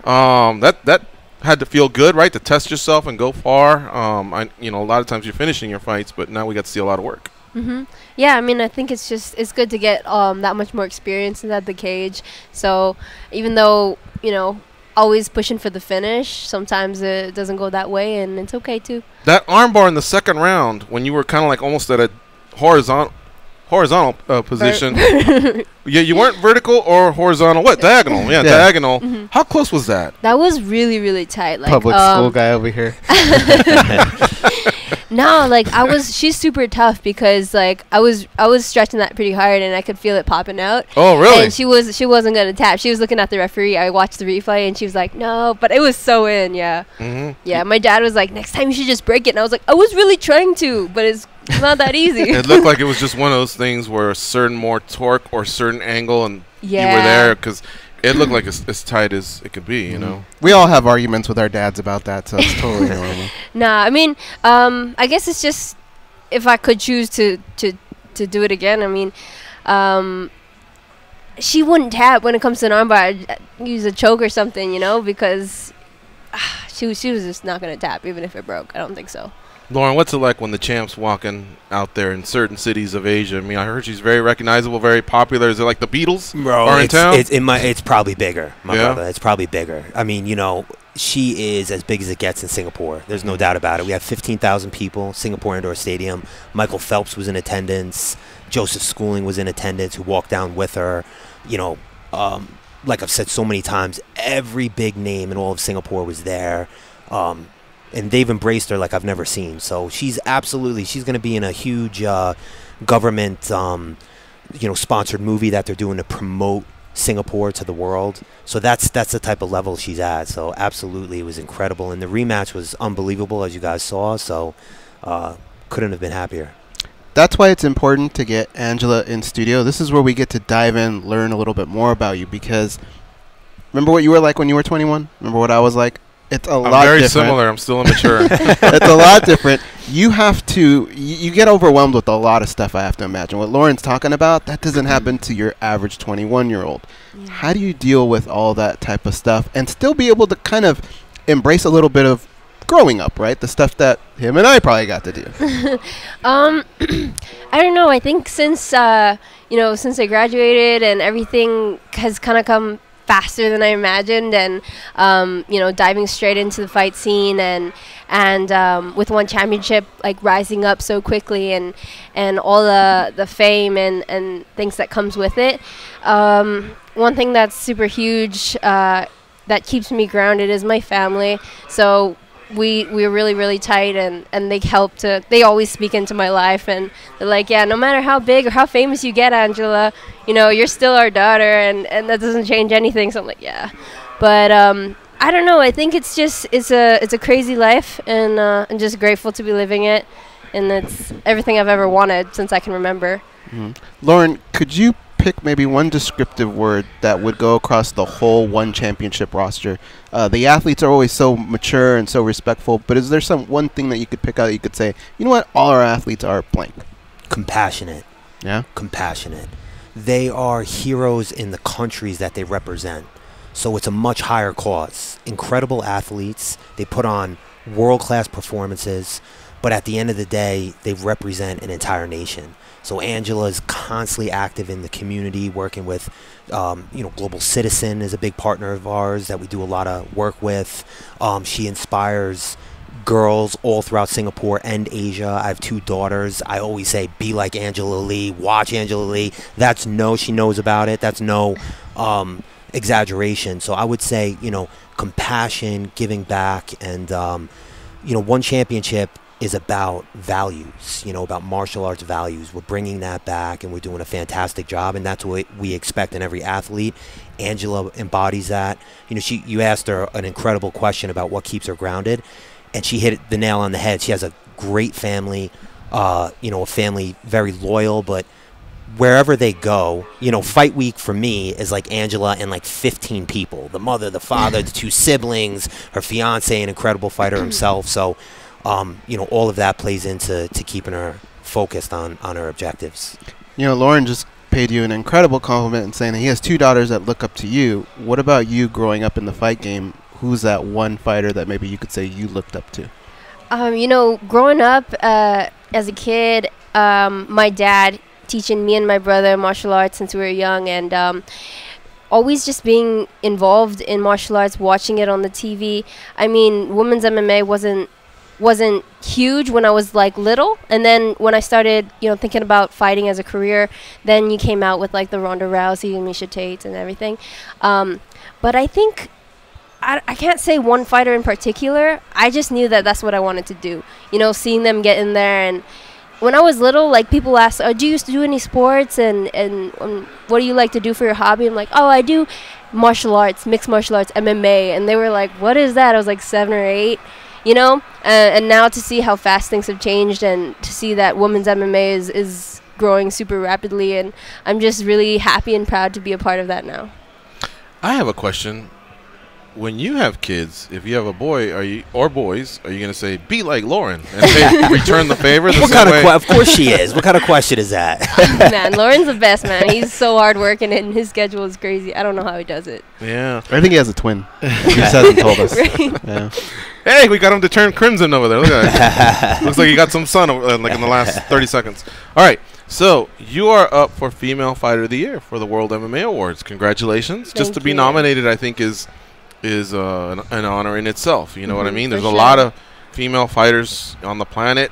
It's not on par with the men. I mean, I know there's more men, but there's still a lot of female fighters on the planet, and some really, really good ones in there, So very cool that they included you there, and I'm sure you were excited to hear that news. Yeah, definitely. I think that, for any female fighter to be recognized on a global level, and it's I don't know, I was just stoked to hear, and the fighters that I'm nominated with, I know some of them, and they're great people, great fighters, so I think, I'm really happy to be here, and I think it's going to be a great time tomorrow. Don't lie. Did you vote for yourself? Yeah, of course. I feel you. I voted for Junkie as well. Did you vote for Junkie? Yeah, I did. You did? I did, nice. actually. All right, that's a nice plug from the champ right there. Did you vote for Junkie too? Every year, man. Oh, you got to keep it real. The best. Oh, okay. Junkie's the best. Man. You know you're having dinner with a bunch of journalists. I'll let right? them know, man. My loyalties with you guys been loyal to us, man. Yeah? My loyalties with MMA Junkie. That's some street cred right there. You wanna go overboard? I feel safe if I go to Singapore now. You want to go overboard and take the statue to dinner and just kind of place it there? Exactly. Lauren, and then as the promotion, man. Let me see if I got all these right. Leading man for Chatri Sijatong. Won championship, obviously, as a promotion. Chavello is a leading man. I think there was an upset of the year as well. Nguyen versus... sorry, help me on that one. Let's see. It was maybe Nguyen versus Gaffarov, if I'm not mistaken. Yes, exactly. So that's pretty cool to see you guys across, different categories, including Angela's. It's tremendous, man, and I'm thankful to Fighters Only for expanding the base of their awards, and I would love to see, of course, one championship. I think one championship and Chatri are well deserving of to get the win, and I'll tell you why. We've expanded the base of mixed martial arts from just one vertical to all martial arts. So we're focusing on Muay Thai, karate, Sanda. We're about to get into boxing. July 9th, when I get back, we have a tremendous press conference. Massive news. We're getting into boxing. We signed a pound-for-pound great. He's on every pound-for-pound list. It's going to be worldwide news. So these are all different promotions under the one under the one umbrella, because we're bringing martial arts back to its origin. Focusing on the values, focusing on all the different verticals. Just to give you an example alone, I think karate, as one martial art, has 7 million members in Asia. Wow. So we're bringing that into the one championship fold. We're bringing Muay Thai, So I would love to see it. I'm glad for the nominations, and, it's going to be real exciting. How big is this? I just opened up my app. The one app, yeah. Bro, and huge. That's going to be big for the United States, right? People were able to watch the fights now, really get into it. Can you maybe expand a little bit on what that's done for you guys? I mean, our rule set and our athletes and the disciplines that they come from, it's the most exciting martial arts you're going to watch. The production value is incredible. And now we're in everybody's home, in the palm of everybody's hand. And last Friday, we had a Fight of the Year candidate in Ung La and Sung. I've been saying for years in North America, because he's another guy. He gets invited to the presidential palace every other week. He fought. It was amazing. We had a caller in the middle of our show calling in going, I'm going nuts over here. I actually talked about 2 different fights that had gone down. So, yeah, I can definitely co-sign and tell you people are watching. People are getting up early. And he's West Coaster, too, so he's an additional 3 hours to power through, but yeah. And it's validation for me, because I've been telling everybody for years, keep an eye out for Angela Lee and Ung La in North America, and now they have that opportunity, and we're just seeing the numbers take off. It's really amazing. Now, how many people from one championship have come out for this week?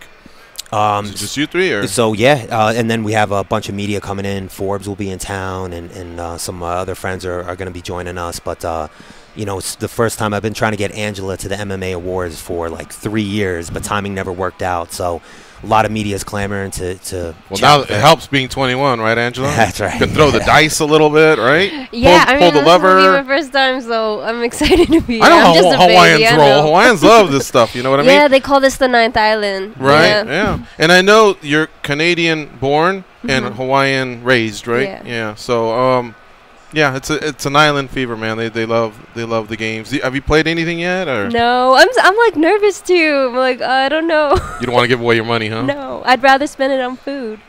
Oh yeah, okay. You're a foodie? Yeah, huge foodie, man. Okay, so what do you like? What kind of cuisine? I love burgers and steaks and big sweet tooth too. So Lauren's hooking it up this week. Yeah. A lot of pressure, because I lived in Vegas. I love Vegas, as you guys know. So I have her after this. You can't just go to In-N-Out. You got to roll. We're going build burgers. Yeah, and stuff. We're going to Carson's Kitchen in downtown Las Vegas. Loyalty, to downtown. What's going on there? And then tonight we're having a big dinner. I hope you guys can join us at Hugo's Cellar.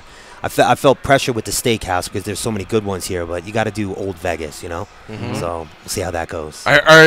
Is it still holding up? You've been gone for about 10 years, or are there a bunch of new spots you had to read up on? There's a bunch of new spots. I mean, Vegas we've knocked down hotels and built hotels since you've been here. It's crazy, man. It's always changing, but I'm one of those guys that like to stick to the old school, the things that have been around, that have history, and, I know if it's, around 50 years in Vegas, probably is really good. The last time he was here, we didn't have a football team or a hockey team. You see you've seen the arena before, right? Of course, T-Mobile, but I see like 15 cranes building the new Raiders NFL stadium. That's incredible. You got an NFL team, Angela?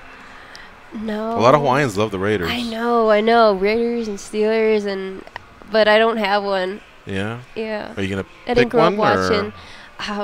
Yeah, See that guy right Raiders there? over here. Fellow Hawaiian over there? Yeah. He is so... we've been able to hand him $2 and he becomes a fan of the team we want him to. So I don't know what Just the go courtship with is it, with you know? if it's just a matter of somebody going, here's a T-shirt, you're now a fan, or if you're going to put some time into it or whatever. Yeah, you just hook it up with some free gear for sure. Yeah, for all right. sure. I know Vegas will want her to be a Raiders fan, right? Yeah, but I'm greedy. I don't think I'm just gonna direct her towards my team. might become a bidding war. Exactly. All right, so I love to ask. It's gonna get sketchy here, right? I love to ask the in-studio guests for a good street fight story. I'm not singling you out. I ask women and men. Share a good one with me. And I know Hawaiians get down. So, you have one? I'm one of those nice ones, man. Yeah? I've never had to fight in my life. Because honestly, like growing up, everyone knew, like in school, like, oh yeah, Angela Lee, she does that She don't martial play arts around. stuff. Gotcha. You know, and then in high school, I was on the wrestling team and things, so I never had to get into a fight Any close before. calls? Like where you guys were toe-to-toe, and then they back down? With him, maybe sometimes. Yeah? I'll put him up. Let's go. Nah, I'm kidding. Yeah, no. For me, I'm sorry. I don't get any stories for you. No stories, huh? No. You gotta understand. But I'm still young. What about Maybe a family it'll happen. barbecue where another family member got in a fight? All the way back Share to that, or- kindergarten, preschool. Somebody took your lunch. I mean, my Your pop brother sounds Christian like- and we got into a couple I knew it. good scuffles because I mean he was my training partner Oh, growing up. with each other. We're 2 years apart. Gotcha. So and then I was like a little bit bigger, growing up than him because he's younger. Right. In a couple tournaments we entered, there was no one in our divisions. We had to fight each other. A little bit of sibling rivalry now, but we're super tight now. Mm-hmm. Yeah, that's all kid All right. stuff. Well, we tried, Yeah, that's the All best right. I got. We'll see if we can get 2 out of Lauren to make up for you. Lauren, you got any more? I know you've shared some before. Let's take you back to New York. Yeah, I'm scared of everybody, man. Yeah. So he's like, I'm an executive now. Yeah, man. that's right. You know what I mean? So, Yeah. All right. Hugo Seller, huh? Later on. Yes, sir, man. Come out. It's going to be fun. We got a bunch of media coming, and we're chatting up one championship. And my good friend from Forbes is going to be out here, and Jim Edwards from now I think he's with Fighters Only. So a whole bunch of people. It's really great. Are you down to do the comedy show later? Possibly. Yeah. I need a good laugh, and you were hyping your boy up, so I'll check that out maybe. Have you heard of him before?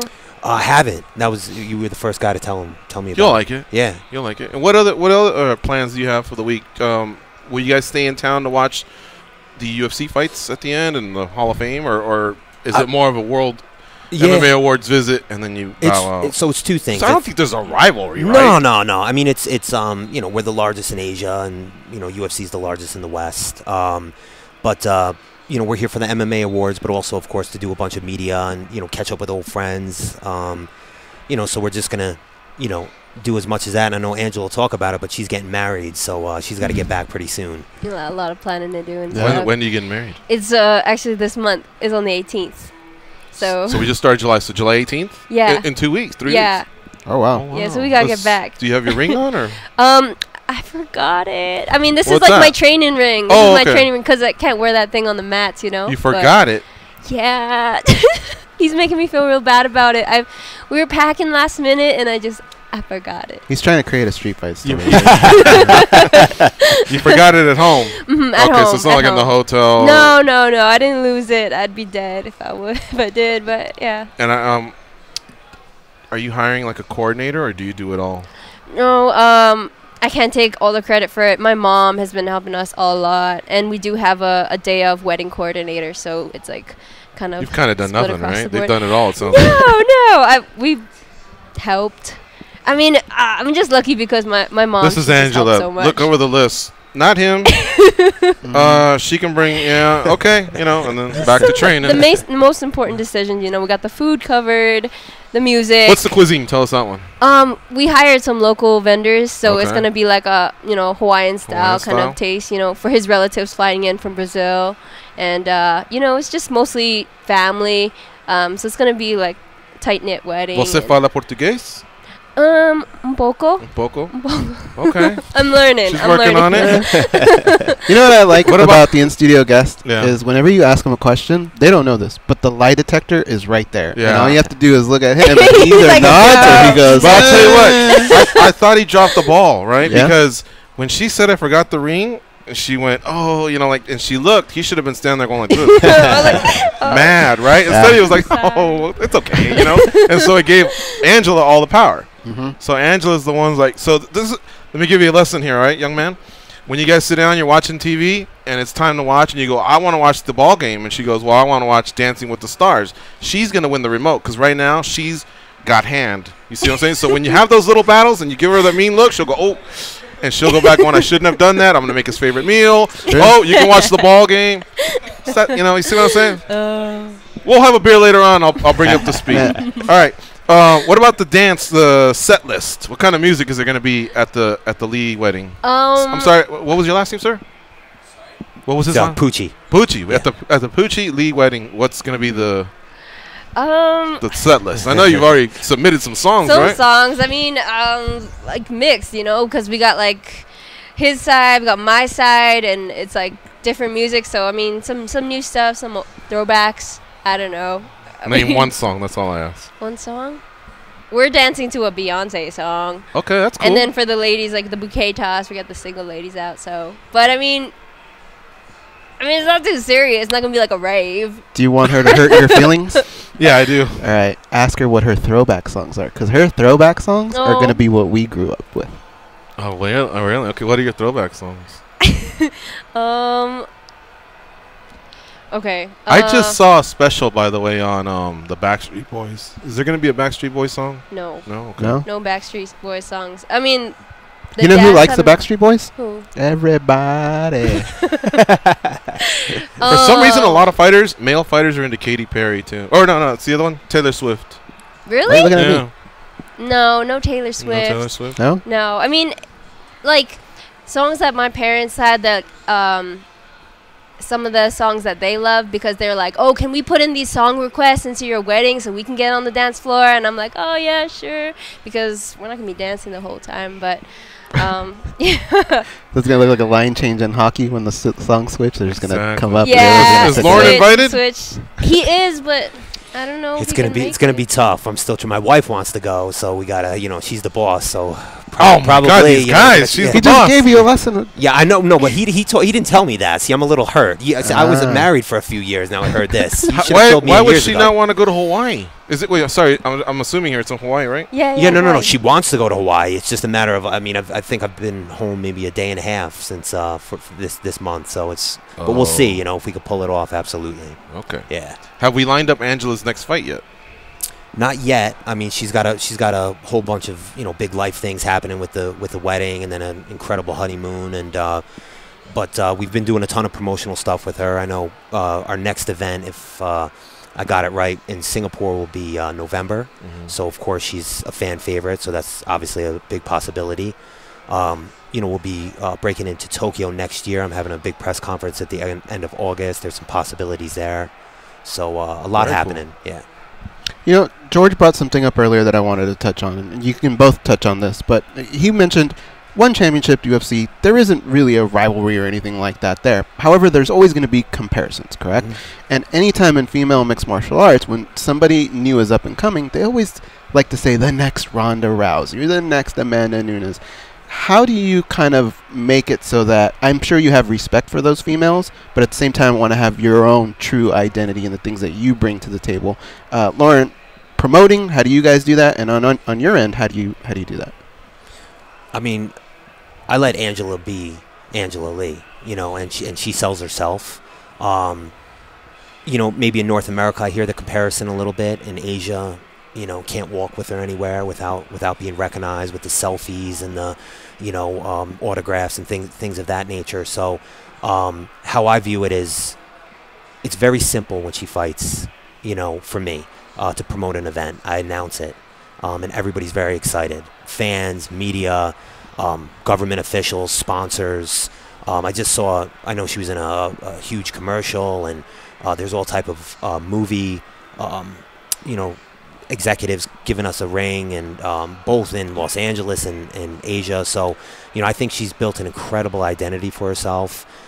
Her story is amazing. her father is a fighter, her mom's a fighter, her younger brother fights for me, an incredible athlete.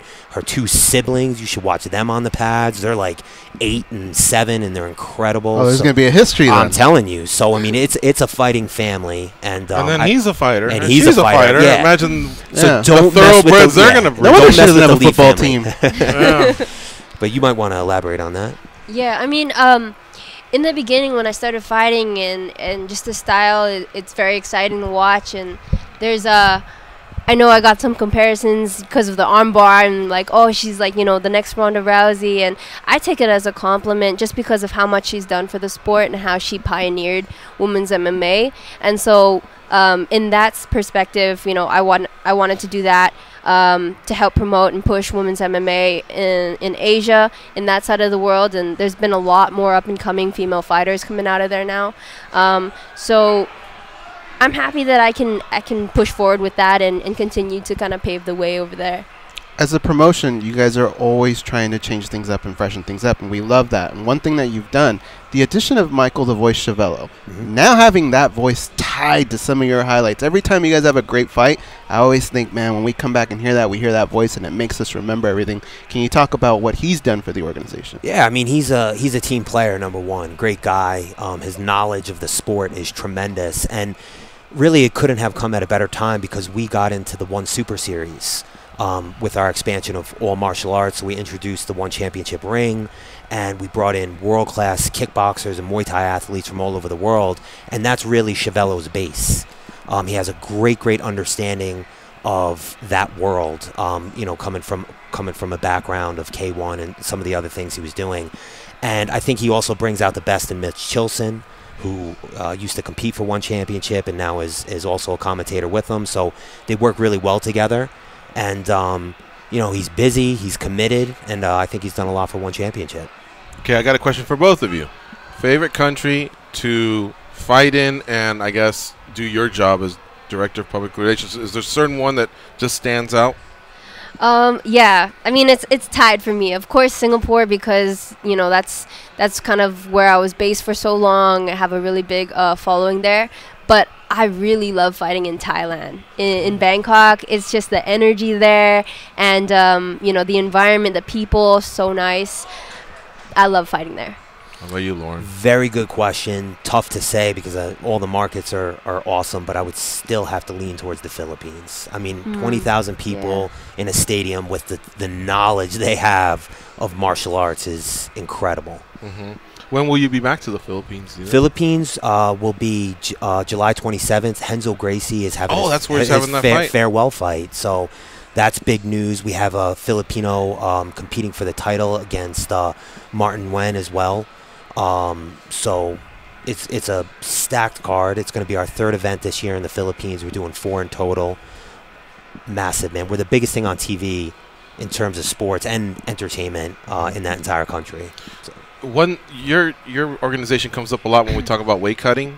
There's been a lot of missed weights, you know, attempts here. Well, not a lot, but it's really 3% of the UFC roster. But it just seems like a lot when it's always centered around these big fights. And everybody points to One Championship. We've looked at it and we've read it, and we're still not sure that we understand it. But basically, the gist of it all is everyone's fighting closer to their walk-around weight, right? Because of the hydration tests that you stay on with each individual fighter? Correct. So there's this misconception. I think we chatted about this previously, is that, you know, no other sport in the world besides combat sports, athletes think I'm going to cut a massive amount of weight, and then 24 hours prior I'm going to put that weight back on, and somehow I have an advantage. But what our athletes have learned going through the process of not weight cutting is that they compete at a much higher level. They're mentally and physically 10 times better during fight week, and they're actually happy because they get to eat breakfast in the morning, and they compete better. So, and you avoid a lot of that type of thing that's, I guess, going on here, where, you know, you read a lot of the issues that are still taking place. I think eventually all of martial arts will head towards the system that One Championship is implemented. And like I said, once fighters go through it, there's some nerves, but then overwhelmingly it's been I'd much rather compete without weight cutting. Mm-hmm. Do you walk around much more than what you fight at, or is it pretty much on par with? So, instead of like a weight cut, like a drastic weight cut in a short amount of time, it's more like a weight descent. So it starts like weeks, months prior to the fight, once you get notice about it. And then it's just about being more responsible, like diet-wise, leading up to the fight. And so it's a much better system. You don't have to feel all dehydrated the night before, and that's a terrible feeling everyone's gone through. So yeah, I think it's much better, and I'm happy to be in this new weight descent. Mm-hmm. Yeah. You're 9-0. You have 7 submissions, 2 decisions, if I'm not mistaken. I'm sure you're always in search of the KO. I gotta tell you, I really love the way in the second Yamaguchi fight you were cutting corners and you were your footwork. You know what I mean? You can tell that you're becoming more of a general, and there's less wasted energy, and there's no overstepping. It's like you were hunting her down slowly but surely. Mm-hmm. Very, very impressive. Thank Can you you. talk about your coaching staff who helps you with your whole MMA game, but especially your striking? It's actually all my dad. I don't have any other coaches, and with each fight we just keep evolving, keep adding more. For the last fight, we worked a lot on footwork, about cutting off the corners and kind of implementing the game plan, how to close that distance and keep the pressure on her. I wasn't rushing to get to the ground with her, but I wasn't scared to stand on my feet either. So that's something that is constantly evolving in my game, and looking forward to keep improving on that. Yeah, you definitely have a lot more pop in your strikes. So I guess it's just repetitions, and yeah, I mean, also a lot of sparring helps, like live sparring, and you can't really test those theories or those techniques if you don't use it in live combat. So that's what I got a lot of in that last fight camp. Let me ask you one more question about that, and hopefully it doesn't come across to you. There's a lot of males if they haven't gotten their first KO, you ask them about it, it's like, oh, they're uncomfortable with it. Is it the same for the female? Are you hunting for that KO as well, so that dummies like me stop asking the question? Of course, it's something that I definitely want on my record, but my dad's like, it's just gonna come in its time, and it's not something you can force. If you're gonna go out hunting for the knockout, you probably won't get it. And I'm just letting my technique season and mature, and until I feel really, really comfortable, and kind of let it happen naturally. So hopefully in the next few fights, you'll see some improvements and some highlight reel knockouts. We'll see. What are your goals in the sport? Of course, keep improving and keep that undefeated record. Stay the champion for a long time. In the near future, actually looking at jumping to the next weight division. Oh, yeah. And, I mean, I've fought a lot of girls in the atomweight division and won. And I know there's a lot of good fighters in the next division. And so that's something that I'm interested in. But we'll see. There's a lot going on right now. Are you well liked by the other females? Like in the locker room, is there any tension because you're so popular and you're having tremendous success? I mean, I always try to be friendly with everyone, the more female fighters, the better, because that's just, it's good competition for everyone. But, I mean, I don't go out of my way and be friendly if someone's kind of giving me rubs, So... Never heard that one, rubs, yeah. meaning just bad vibes, right? Yeah. I like that one. I can't believe she's 21. She's so mature. Yeah. Oh, thank you. Definitely. How many tattoos do you have? I don't even know anymore. Maybe 8. 8? Yeah. Okay. This one's quite meaningful. Why don't you explain the What does clock? that one mean? This one is, so when I first fought for the title against May. Can I see? Can you turn a little Yeah, it's the date and it's the time. Someone took a picture of their watch, and then in the background you see me with the confetti and That's the belt. 12? Wow, that's pretty cool. No, this is 11, and then it's 11, 16 or something? Okay. Yeah. So what happened at 11, 16? That's when I was presented with the belt. Oh, and I was, awesome. had the title, yeah. I don't have any, but I like hearing about stories, and there's usually some that you hear and you go, man, okay, I get it. That's cool. And that totally makes sense. So at 11:16 p.m., what city was that one in? I guess I could pull it up, or you can just tell me. It was Singapore. Singapore? Mhm. At 11:16 is when you got the belt placed around you and you became a world champion.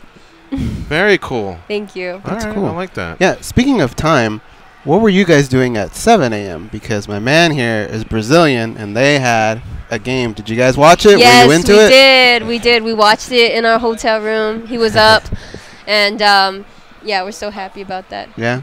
Don't smile too much, Bruno. Our father's Mexican. Oh. So we kind of were okay with it, but it still hurt a little. Are they going to go all the way? Are they going to win the whole thing? Yeah? All right. He kind of looks like Felipe Coutinho, right?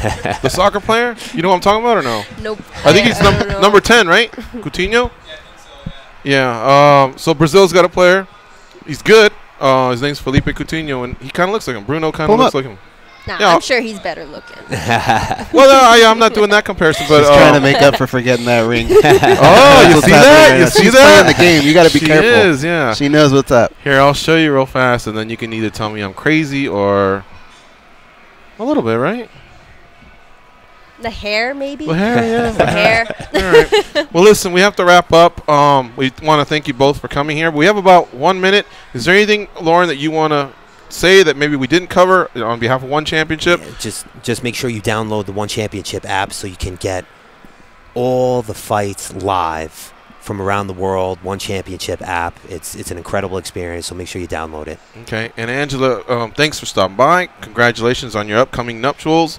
Thank you. And whatever your next title defense is, hopefully we can have you on the show so you can, preview it and all that. But is there anything else you'd like to say before we wrap up? I just want to say thanks for having me in studio. It's good to be here, see you guys live, and chat with you guys. So, yeah, thank you. Well, thank you. And Angela can be followed on Twitter. It's at Angela Lee MMA, and Lauren at Lauren Mack. Both keep it very easy.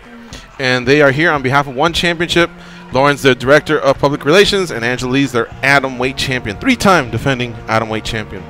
All right, folks, we're going to take a break here. You're listening to MMA Junkie Radio on Sirius XM Rush 93. When we come back, we'll be talking to Jake Shields, who headlines PFL 3 on Thursday. Stay close. We'll be right back.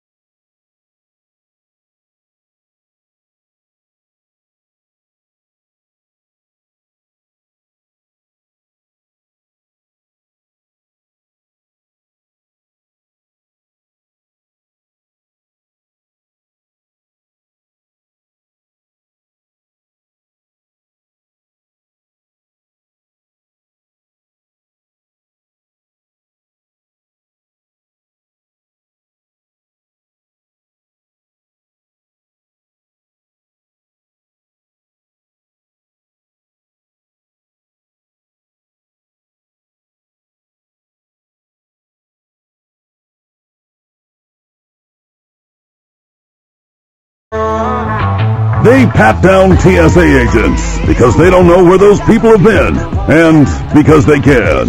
They are Gorgeous George and Goes, and this is MMA Junkie Radio. All right, so we're back. That was Angela Lee and Lauren Mack from One Championship. Download the app, seriously. Goes is right. It's money. You can watch the fights live now and not have to pay for it. So they really do have some great fighters. It's just a lot of them we haven't heard of them yet. I mean, Ben Askren's fought for them. Andrei Arlovsky's fought for them. Jens Pulver. Yeah, Bibiano Fernandez. So they have fighters there that, you know, some of them you have heard of, but they're also basically dominating Asia. So there's a lot of homegrown talent there, but some competitive matchmaking. Dan from Morgan was losing his shit the other day when he called into the show. He said there was some great fights. Reminder, on Thursday, PFL 3 is taking place. They're in Washington, D.C. this time at the Charles E. Smith Center. And the welterweights and the middleweights will be on display. And so those will be the final divisions that are all competing for $1 million, starting with featherweight, lightweight, welterweight, middleweight, light heavyweight, and heavyweight. Those are the 6 divisions. 12 fighters per division, and eventually the winner will get $1 million. Now we're trying to get with Jake Shields right now, but we haven't been able to connect. So in the meantime, we'll just keep plugging through. Goes? Well, I was going to say, you know how you were giving Bruno some advice for females? I actually did something yesterday, and I basically took the girl and said, you know how to count? Then don't count on me, because this weekend is full of MMA. It's going to be nonstop, and even all the activities outside of mixed martial arts. You got Hall of Fame, you got the World MMA Awards, you got PFL. I mean, we still haven't even really touched too much on what happened with Bellator. Bellator was a great show. That was so much fun, and it was one of those cards that kind of snuck up on you, and a lot of people were saying, well, it's not that sexy. Sure enough, it was one of those cards that actually delivered. John, you were there. What did you think of Bellator? I loved it, man. I feel like, you know, we kind of talked about it, right, like in the past couple weeks. Like we've been digging PFL, and we felt like Bellator was kind of slow because they had that time off. But now they're kind of getting back to business, right? And I thought the card was fun, and I love the young talent that they had that they're showcasing, man. They do such a good job of identifying young talent. I believe the bridge they have to make right now is to take those young guys and get them to be the main card guys. You know what I mean? Get them to be the ones that people are excited about, because they've got some talent. There's no question about it. And how about what we were talking about earlier in the week with fighters and their personalities kind of getting taken away a little bit in the UFC? Boy, was it overload with personality at Bellator, right? Even some of the walk-ins, yeah, dude. Man. Yeah, I'm all about that pageantry, and any of these promotions that do production, you can't snub at that. You got to give them props for that, for bringing that to the table. All right, Danny, do we have our guest? We do. All right, he's the headliner for PFL 3 on Thursday night. NBC Sports Network has you covered as they present PFL 3, Shields versus Cooper. These guys will be battling it out in the welterweight division. Of course, I don't have to even introduce Jake Shields and the many titles that he has won. And now he can take home a title and grab $1 million. He's got to be pumped up because he lives in NYC, guys. And it's like $3,000 a month out there. So I know he's angling for that dough. What's up, Jake Shields? How you doing? Hey, doing good. How you guys doing? Good, man. Welcome back to MMA Junkie Radio. You're still in New York, right? Yeah, still in New York. Yeah, so that million will go a long way to cover that monthly rent and that expensive city. not quite far in New York, but still a good chunk of money. That's awesome, man. Well, listen, you've won so many titles over the years. You're not new to it. You've seen it all. So what is getting your tail wagging the most? Is it to defeat 12 men and win $1 million, or you just want to rack up more gold to wear around your waist? Yeah, I just want another belt. I think it's cool to do a tournament. I haven't done a tournament since I think 2005 was the last one. So it's kind of fun to hop back into this tournament format and go and see how it goes. Yeah, and that tournament he's referencing, I was at that one. It was Rumble on the Rock. He had to go 15 minutes versus Carlos Condit and 15 minutes versus Yushin Okami, if I'm not mistaken, right? Yeah, 2 tough fights in one night in the finals. That part's not fun. 30 minutes, it's dude. cool when you win a tournament. 30 minutes. Even the ones that fight in world title fights only go 25. He had to go 30 minutes to get Was two that the different one caps. where the weigh-ins were like at Round Table Pizza? And They were. was They were. Yeah. Yep. All right, so Jake Shields is fighting Ray Cooper III at PFL 3 on Thursday night, folks. Remember, NBC Sports. If you have DirecTV, it's channel 220. So there you go. There's your shortcut. Otherwise, check your cable and satellite listings. Now, they also have pre- and post-fight coverage on their Facebook page and a couple prelims that are streaming. Well, a lot of prelims, actually, that are streaming on their Facebook page. So I will give you all those details throughout the week. But NBC Sports Networks, where you want to be locked in for the main card. And, again, Jake Shields, our guest, battles Ray Cooper. Goes, what do you have for Jake Shields? I'm glad you said Ray Cooper III. That's very important because a lot of people who just see Ray Cooper would say, wait a minute, didn't they fight already twice? You fought his father, right, Jake? Yeah. I fought him twice, actually. I mean, he beat me the first time, and I beat him the last time, 14 years ago. So it's kind of crazy fighting his son. I remember when they asked me, I want you to fight Ray Cooper. I'm like, Ray Cooper? I fought a Ray Cooper in Hawaii, and then I looked him up, and sure enough, it was the son of Ray Cooper. Wow. So it's definitely interesting. I don't think that's happened too much in the sport. As far as I know, it's the only time it's happened. It could have happened before. It's the only time I know of it happening. Anytime we break down a Jake Shields fight, one of the things we say is when that dude gets on top of you, the ground and pound can be massive, and it forces people into bad situations where you take advantage and you usually lock in a submission. However, in PFL, the one thing that gets taken away from you are those elbows. Can you talk a little bit about what that does to change the dynamic of your game a little bit? Yeah, it makes the ground and pound a little harder, but I still think I can open up submissions. I've been working a lot of submissions out in New York, so I got some new tricks. So, I think it, even though it sucks not having the elbows, I think it makes sense for the tournament. We'll be fighting 5 times. As long as we're winning, we'll be fighting 5 times in like 5 or 6 months. So that's a lot of fights. So I think pulling the elbows out is probably a good idea to help prevent cuts. This will kind of take you back to your wrestling days in Central Cali. You're going to do, obviously you do multiple wrestling matches in one day, but in MMA, you guys are used to fighting 3-6 months apart, and here it could be a total of 5 fights in 6 months. How do you treat your training camps? Is it more just about staying healthy and just making sure the conditioning's there rather than really adding technique at this point? Yeah, it's a good question because it's this is the first time I've fought. Hopefully I'll fight 5 times in 6 months. That's the plan. It's the first time I've fought that much, so it's a learning experience trying to figure out how to do the training camp. Because basically after this fight, I'll be fighting again in 6 weeks. 6 weeks is right in the So by the time the fight's over, I'll be right in the middle of training camp again. So, I think I'll probably go, obviously I gotta make sure the body's healthy, but the plan is kind of, just go a little bit lighter for a week or two, focus on cardio. And of course I'm trying to learn things, but it's more just staying in shape and staying ready for the fights, keeping the timing there and, try learning little bits here and there. Who runs your camp now, Jake, and who will be calling the shots in your corner on Thursday night? Well, I work with, I have Tarek coming out who's doing a lot of other fights. Oh, very Been cool. working with a couple people in New York. This guy Jamie Crowder, who's running the MMA program, kickboxing. Work with him a lot. Been working a little bit of boxing, Gary Linney, and then working for jiu-jitsu with John Donaher, but he's not out there for this fight. Nice, yeah. You and Tarek been together for a long time. That's great. He's flying across the country to be with you. Yeah. Awesome. Yeah, Gil was going to make it, but then he had a lot going on. He had to do stuff for ESPN, so. Yeah, did you see his wife get down? But yeah. Carrie? Wow, that was a nice KO she's and tough, submission. Man. Yeah. Yeah, no, she's tough for a while, so it's good to see her out there finally fighting because, she's been focused on other things with Gil fighting, but now it's nice to see her finally getting out there, getting her shot. Yeah, no doubt. All right, my man. Hey, we'll keep it short. It's fight week. Safe weight cut, and good luck on Thursday night. We'll be watching PFL 3, you versus Ray Cooper the third. Sure. All right, take care. We'll see you. Sure, talk to you soon. Bye. All right, bye-bye. All right, that's Jake Shields. He's done a lot, man. He's won a lot of belts, seriously. Every time we have him on, we say that, but there's a lot of great fighters that have never won a belt, and he's won some major belts along the way. Came up short against GSP, UFC 129, which at that point was the biggest show that there could be. But anyway, let's take this last break, and then we'll be back to wrap things up. It's MMA Junkie Radio on SiriusXM, Rush 93.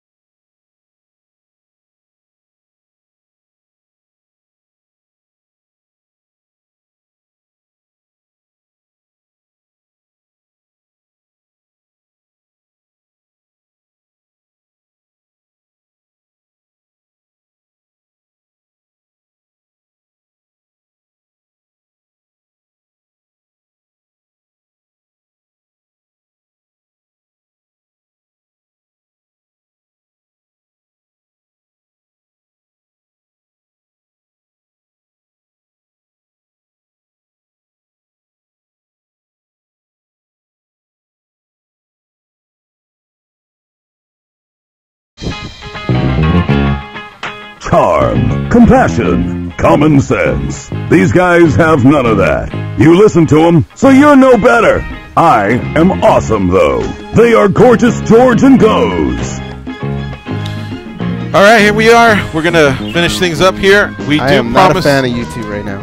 If you don't move during this song, even if it's stupid, even if you just go like that, you have no heart. Goes, I want to, but I'm trying to manage this deal. I thought we were doing the thing. Okay. Is that, go for it. Is that during overtime? Go ahead. Go. And then you've told me the other day go. something about YouTube and copyright. All right. Yeah. All right, so that's the Michael Jackson band or whatever the fuck. Michael Jackson band. Dan from Oregon, we'll get to you. We're going to do some overtime, but right now it's time for the daily debate, the Jackson 5, sorry. The question for today is, with 3 years completed, how would you rate the effectiveness of the UFC's drug testing partner, USADA? John Morgan. Oh, here are your choices. Excellent, good, satisfactory, poor. I can't say excellent.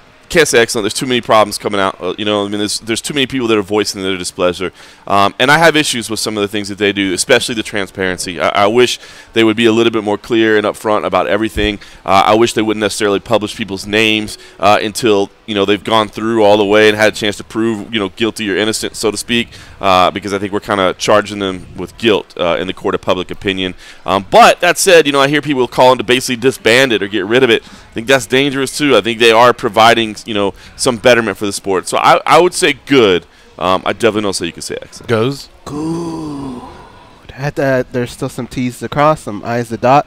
They're on the right path, but I just want to see it move a little bit faster. Give me the T's and I's real fast. I just don't like that these little cushions for these little strikes or whatever. I don't think there should be any strikes. Right. So when you say, "Oh, I'm not there," you take the strike when you could have possibly tested hot that day. Me hiding in the closet going, "Tell him I'm not here." Right. And I also feel like in Junior DeSanto's case and other cases, for them to take so long to figure it out, I wish they could expedite it a lot quicker. Dan, Tom, so I'm with good as well, Dan. I can't say good, excellent, and I don't even know if I can say satisfactory because at the end of the day, fighters are having to give up a lot of their privacy for, at the end of the day, a process that doesn't protect them. You just mentioned Junior Dos Santos. They are guilty before proven innocent. We're seeing other fighters being put on the shelves. We're seeing the most stringent sentences being dealt out for things like marijuana over performance-enhancing drugs, which was the original thing we were afraid of. And aside from a few muscly characters, I really haven't seen a decline as far as suspicions, whether it's us as fans or fighters themselves casting suspicions on their contemporaries.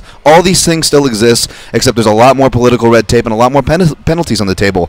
Until I see anything else, I got to say poor. All right, here we go. 34% said good, 27% satisfactory, 16% excellent, 23% said poor. So good and poor jumping out there almost at the top. Actually, satisfactory is in there as well. We're going to do some overtime. Sirius XM audience, we'll see you all tomorrow. You guys go out there and be champions. The rest of you, stick around for some overtime. A fortune won and lost on every deal. All you need is strong heart and a nerve of steel. Viva Las Vegas! Viva Las Vegas! Viva Las Vegas with you guys are clear for overtime. John, one of the things I like having you in here is because you do hear a lot of stuff behind the scenes, whether it's the travel or just you being an insider for so many years. Why doesn't the UFC come up with their own shakes or supplements or powders? I mean, the UFC's into making money, and that's a big industry. Here, fighters, this has already been tested. We're good. Take this. You'll get a discount rate. You know what I mean? And at least that way we can kind of eliminate that. Potential conflict of interest, basically. Is that what it is? Yeah, they really can't do that. But there is a service out there, and I hate the fact that I can't think of it right now. There is a service that third-party tests everything, and Jeff Nowitzki and the rest of the crew will happily tell the fighters, hey, make sure it's got this particular label on it, and I apologize, I can't remember what it was, which basically is ensuring that it's been tested by a third party and everything will be clear. Right. I know we were up against the clock. I knocked them down from excellent to good because I really feel like the UFC made a statement by bringing USADA aboard. It's more stringent testing than the NFL, MLB, NBA. We have to applaud them for that because we wanted something done. Remember how disappointed we were when Anderson and Diaz, different types of allegations, but still, we wanted something like that. The UFC answered, and they put their money out. They wrote a big check for this. And then, of course, yeah, we've had some really disappointing allegations that have come up, some that have stuck, some that have gone away. I wish that I just think that they could expedite things a lot quicker. I thought the Brock Lesnar one was one of them that could have happened back at UFC 200. And then these other cases that take so long to settle, like Barnett. And Barnett had all of his notes. He had all his ducks in a row. Leave everything in the past that he did. He knows he's made mistakes. But at least in that, why did it take 1 year and 4 months to get to what he got to? So, and it sucks because really we're only talking about a small percentage of fighters. Right. Most of them already have their little button. I passed 25 tests. You know what I mean? But those are really, really big and highlighted. And so I knocked them down from excellent to good because of that. I just wanted to be a little bit more detailed, I guess, with why I did it.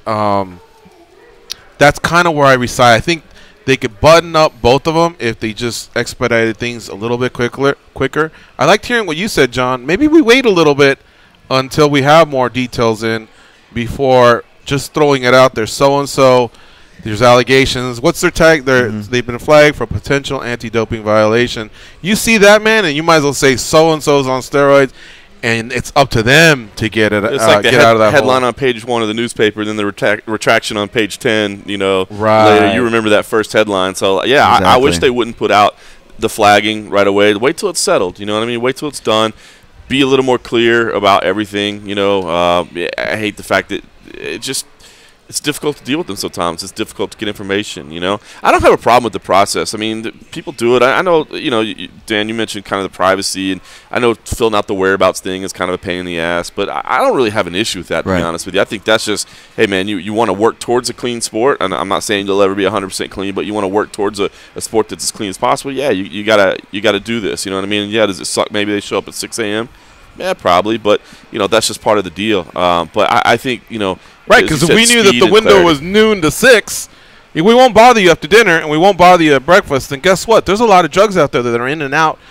HGH comes to mind within 2 hours. You know what I mean? Right. So you have to be able to catch these guys and gals randomly, and it has to be as early as 6 a.m. And they do have to have – I mean, you get 3 of those strikes, by the way, before it becomes what I one. don't like. You know what I mean? So it's not like the fighters can go, man, they're on my ass. I mean, technically, if you really had that one time where you had to leave abruptly, you're not a cheater, but you forgot to report, hey, at least you have 2 more of those before someone can go, sorry, strike 1. You know what I mean? So, I know I'm sitting here kind of riding both sides of the fence. Sometimes the fighters can be a little ridiculous. You know what I mean? And they have to just be grown men and grown women because the rest of us fucking do it. You know what I mean? And it's not that hard to remember. Hell, I'm on vacation sometimes and I know, oh, shit, I didn't make prior arrangements. I do my rankings. You know what I mean? All of us do that. You know what I mean? So it's just part of being a grown-up. The flip side being, like John said, once it's up their front page, dude, I'm telling you, domestic abuse. Yeah. Child abuse. You know, punting a dog, whatever, all that stuff, people will come after you. You know what I mean? Do not abuse a dog, a child, a woman, because they'll come after you. And I don't care how many slick lawyers you have and how many people come to vouch. And eventually they say, oh, that was ridiculous. He was non-guilty. These charges aren't even there. It was all a big lie. You still suffered. You know what I mean? Your reputation's still tainted. So that part they could learn from. Expediting, they could learn from. I'm hogging up the stage.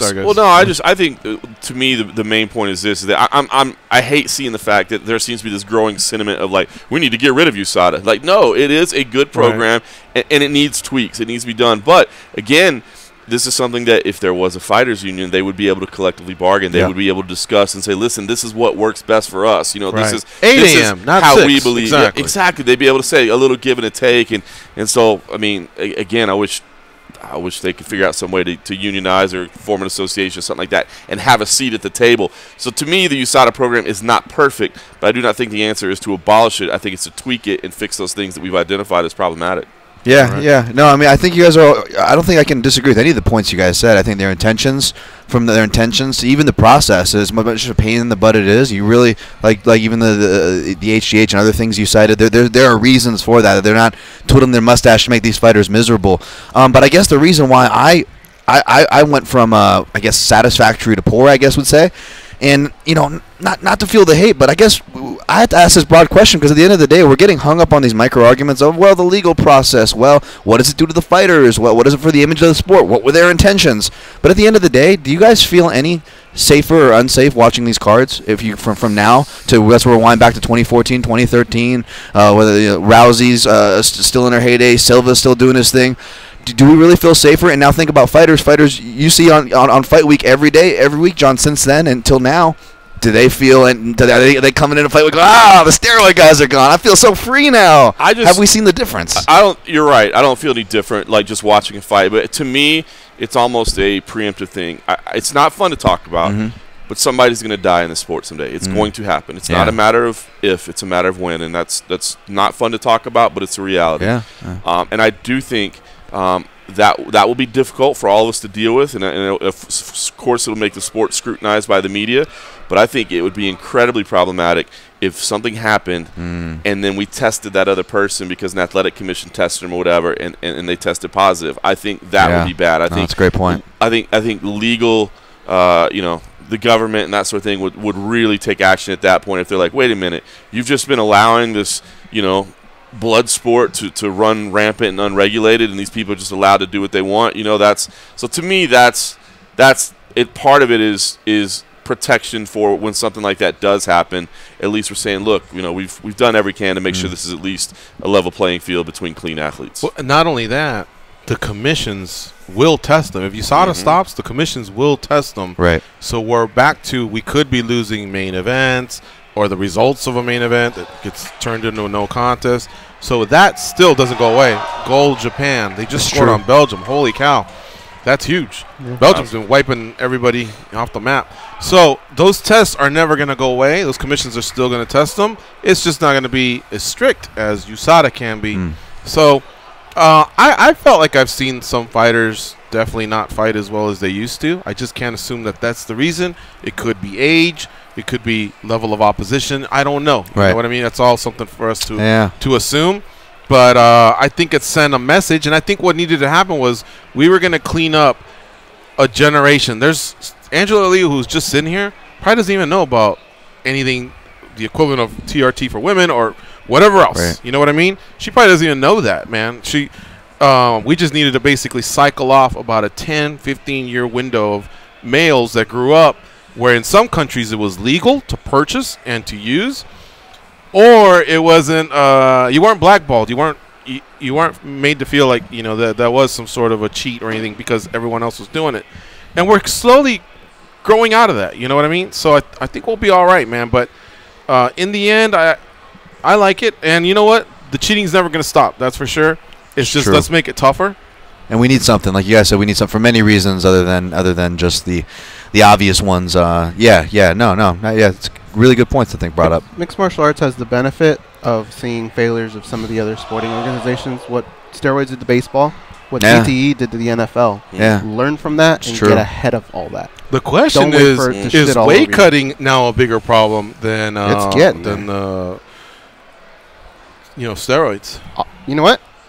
This is probably a grim thing to say, but the point that you brought up about somebody eventually dying, if you put a gun to my head, I'd probably say it would come from a weight cut before the actual fight. Yeah, and even if it did, even if it came in a fight, it could still be very much related to that weight cut. The dehydration and all that that studies have shown. So, that is a scary part of it. We had some serious red flags, man. Khabib going to that hospital, Sunrise, in Vegas. That was a lot more serious than people think. Uriah Hall, what happened to him? Are you kidding me? Scary, man. You know what I mean? The kid that just cramped up, and it wasn't just a calf cramp. It became leg cramps on Tough this season. It's becoming a lot. You know what I mean? But anyway, okay, guys, we won't make it a long OT, and we will get to you in just a second, Dan. But real quick, react to Bellator. If you looked at the card on paper, and I'll be the first to say it, guilty as charged, you looked at it and you went, well, yeah, all right, I do want to see the title fight, and let's see if Ryan wins or Saad wins. And then some of their other stars, Fortune, and, they were not buried, but they just weren't featured on the main card. So you looked at it and you started to think, if something better else is there to do on a Friday night than Bellator, consider me in, you know what I mean? But we're hardcores, we do it. Dude, I went out there, I saw some great fights. And the women really, really came to fight. And then I'll say one more thing. Bellator, again, thank you for allowing these fighters to express themselves. The walkout for Alejandra Lara was so cool to watch.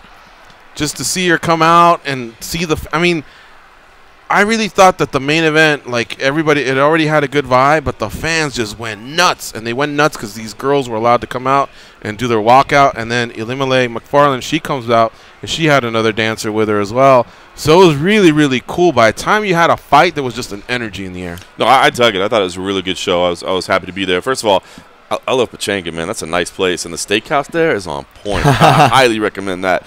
But no, I thought it was a good card. The prospects. I think this is the thing that Bellator, has to do is really get these prospects moving forward. Terrell Fortune, I think he's still developing, but he's obviously got some skills. He's going to be there. Ruth looks solid. I was going to say, Ruth is the one to me that's ready. Like, he wants to fight in that Grand Prix, and that's crazy to think about him taking on that level of competition so early in his career. But, dude, he's the real deal. And I think Joey Davis is going to get there as well. So I think those guys are studs. Juan Archuleta. Oh, yeah. Amazing. 20-1 now? Amazing. 19-1, I believe. Everything he had to go through, too. Oh, dude, what he had to deal with. Japan scores again. Another goal for Japan. Wow. Amazing. Yeah, man, what we had to deal with his daughter. I mean, being a father, it's man, you can't imagine when something's wrong with your kid, dude. It shuts down your whole life. You know Real what fast. What happened was he had already done his morning shakeout, and as he was driving to Pechanga, he heard that his little daughter had a seizure. Now she doesn't have a condition. Yeah. He believes that because they've relocated from the high desert to Orange County, where it's a little bit more Mediterranean type climate, humid. I guess she had gone back and forth and probably just didn't hydrate. I believe it was an isolated incident. Right. That's what he think. I mean, they were still learning everything, but yeah, I mean, the homeboy was broken up when you asked him. Bro, I was like shaking, going, God Almighty! You don't understand it as a parent, man. When it relates to your kid, dude, you don't understand until you're a parent, but it takes over everything, man. Like I was in tears, like just watching him in tears, because I know, like when my wife and son are in Mexico, like I worry, you know what I mean? I get scared, like what if something happens, and dude, to put that on hold hours, it's just unbelievable. And then take all that out of the equation, it was just impressive as a fight, but to know that he capitalized on all that, had to deal with all that, and was able to still capitalize on his moment was awesome. I mean, the whole card was great. I do feel like Bellator is now going to get a little bit of momentum. They'd kind of slowed down a little bit, but they're starting to get busy again, and I think they're going to get a little momentum again, coming into the fall. Yeah, definitely, man. Kudos to Bellator, the fighters especially. The card on paper, I don't know, it wasn't much to get excited about, but Ryan Couture gave Syed Awad a great fight. Alejandra Lara had a good fight against Elimele McFarland. We found out say she won round 1. A little bit more about her. I agree. I thought she had round 1 and McFarland won round 2. And then it was settled in round 3. I thought Ed Ruth looked good on the final prelim. Yeah. Prior to, and Pechanga came strong. Bellator came strong, and then we were able to talk to Scott Coker for a while. And I guess he reminded me of something I just need to know. He says it takes time. He's got the backing of Viacom, and it just takes time. I've been saying they're stretching now they got talent. $100 million coming in. I know, dude. And they want to be competitive with continuing to go after the free agents, to continue to home grow the talent. So they don't feel threatened at all by anything that we're saying or that's happening out there. They seem pretty secure. I'm super excited about Bellator, although I will say I think something John brought up last week, and other people brought up too, just about the Paramount Network and kind of looking ahead. And as somebody who's doing more study on Bellator, because they're streamed into the Paramount, even for their YouTube and whatnot. So you're getting a lot of the advertisements, right, that's going to be on their network. And I'm oftentimes like, okay, commercial break time, and then I go kind of do something, before the fight goes, and I'll hear in my background, and it's always just like, women power and this and that. Yes, because women can. I'm like, what am I watching? And I turn around, I'm like, oh, it's their program, and they're advertising it for. And I'm not hating on that, by the way, or I'm not hating on Lifetime, but it felt like I was watching Lifetime, yeah. I think they're going to move off of it at some point. Okay. Just a guess. I didn't hear anything like that, but I don't know, man. This the DAZN partnership is going to allow them some freedom, and I don't know, man. I feel like they're going to make a move at some point, because you're right. It just doesn't fit. It's not a sports network. Yeah, it's almost seeming louder to that writing as well, but yeah. Let's take Dan from Morgan. What's up, Dan? What up, guys? Man, I'll continue the Bellator talk with just the post-limb. Kerry Melendez going out there after a huge layoff and getting that rear naked choke after rocking that girl with that straight right. That was awesome. That was cool, man. Jordan Young, we got a prospect at 205 as well. That guy's 9-0. He came back in the 3rd round and got a finish. So I love how Bellator can bring up these prospects, man. Like, just look at MVP and look at Sage Northcutt. Who did it better? Easily Bellator. Easily. And that kind of gets me thinking, we got Tito versus Chuck coming up. And if you're going to do it right like Bellator and throw me some prospects on that card so I can get excited later. There isn't many free agents and whatnot out there, although I can think of someone that I really want to see who's got a great name in the MMA landscape. What if they could get Crone Gracie on that card? Are you guys dying to see Crone in there again? I'm watching Oscar De La Hoya about that one, dude. Yeah, all right, so I'm throwing it out there right now. All right, so a couple things. All right, first of all, I didn't get to see the Jordan Young fights or the Kerry Melendez fights because I was in the back doing Kerry interviews, was right? I've seen the replays, but that's one thing I don't like that Bellator has got to fix. Because if you're on-site media and you want to go interview the winners, you're actually doing it during the post-lims. And I get why they have post-lims because otherwise it's really early in the night on the West Coast and they're trying to keep people in the building. But I didn't get to watch those, and I'm a journalist that's there covering it. So I'm not a fan of the way they do that. I don't know what the answer is for them to serve both masters, so to speak. But I didn't like that. You talk about the matchmaking they do. I believe, if I remember right, the red corner went 12-0 on this card. Ooh. Yeah. So you talk about setting up like MVP. A lot of people say, "Oh, I'm kind of done with MVP because he's never going to fight anybody real." I mean, Rickles was a real test. I mean, that was a real fighter. But yeah, they have a little bit of luxury to kind of set things up and to try to walk people along a little bit. But it is kind of interesting when you see a red corner go 12-0. And lastly, yeah, I don't know what kind of card we're going to get with this Chuck and Tito thing. It is official as of this morning. The fight's going to happen. We don't have a date or a location yet. Part of me is like, what the hell, to be honest with you. The other part knows I'll watch it. I mean, these are two very recognizable names, two legends of the sport. I can't say I'm truly excited about the fight, but I'm not going to be like, well, I'll find something else to do that day. You know what I mean? Like, of course I'm going to be tuning in to watch, two legends of the sport. But I don't know what else we'll have on the card because I don't know what Golden Boy's commitment is to MMA moving forward. This seems like a one-off cash grab for me, you know what I mean? Now, maybe I'll be wrong, and they'll sign a bunch of other people, and they'll make a loaded card out of it, but I wouldn't expect much to be on that card, to be honest with you. I'd expect some those journeyman, names right? you saw on the bare knuckle, I think it'll be something like that. You Right. just match up two people, hopefully they give you a good fight, and then they build into the other one. But they're not – I don't believe I've heard anything about them signing long-term contracts, Right. so there's no young talent to groom or nothing like that. You just basically want to give them an undercard and the main event. Take some of your boxers you have under contract and put them in 4-ounce gloves. That'd be fun. I'll watch it. Yeah. Dan, thanks for hanging in there with us, my man. And thank you for tipping us off to one championship. We were able to relay your enthusiasm and excitement for the organization to them, as well as the app. They liked hearing that. Really appreciate it, man. And I can't wait for DAZN. I'm a cord cutter. I got rid of that shit long ago. Hopefully they keep it at 10 or below because I'll definitely pick it up because I would love to get Bellator and actually pay for it because right now I only get the prelims or I got to go stream that shit somewhere. Back to you guys, man. I'm out. All right, see you, buddy. I do love that one championship app. I thought that was a brilliant move on their part to It get away works from online pay-per-view Yeah. and just it's for free because it's such a weird time. And you're right, man. The quality of it's good. The Bellator press conference, actually DAZN is hosting the press conference, but July 17th, they're going to have another event out in another press event out in New York. That's when we'll get the Grand Prix names. We'll find out the first matchup, and we should get the price for DAZN at that point too, which at this point we don't know what the price is. I thought I just clicked something on Chael and Fedor. What was that about? Chael and Fedor, it looks like it's going to be happening in October. And what we're hearing, Scott kind of alluded to it the other night that he'd like to do the semifinals pretty close to each other so nobody has like an advantage over the other. We're actually hearing they're considering the possibility of doing events on consecutive nights in different cities. Yeah. Hey, speaking of Bellator, and this week's busy, but next week's kind of a sleeper one too because the Dana White Contender Series back, I believe. Then you've got the I think Bellator's doing 2 cards in one weekend. That's right, Thackerville, Oklahoma, and Rome, Italy. I was looking at that. Slight difference in cities there. Their staff was kind of joking about like who got to go where. Like, hey man, you want to go to Rome or Thackerville? Jeez, tough decision. Tough call. Then I'll actually be. I'll be heading up to Boise, Idaho next week for that card. So whoever got Thackerville should just find a plate of chicken parmesan there to be very depressed about themselves. Yeah, right. I wonder how they could have tasted. All right, let's get on out of here. Tomorrow we have Jade Bryce here in studio, and we will definitely be grabbing some more names because a lot of people are invading. Grabbing what? I was wondering what you're going to be grabbing. Yeah, I was like, wait, where are we the going? MMA Junkie Radio studio. Thank you to James Vick. That felt like 3 hours ago, right? Yeah, it did. And we talked to James Vick to start off the show.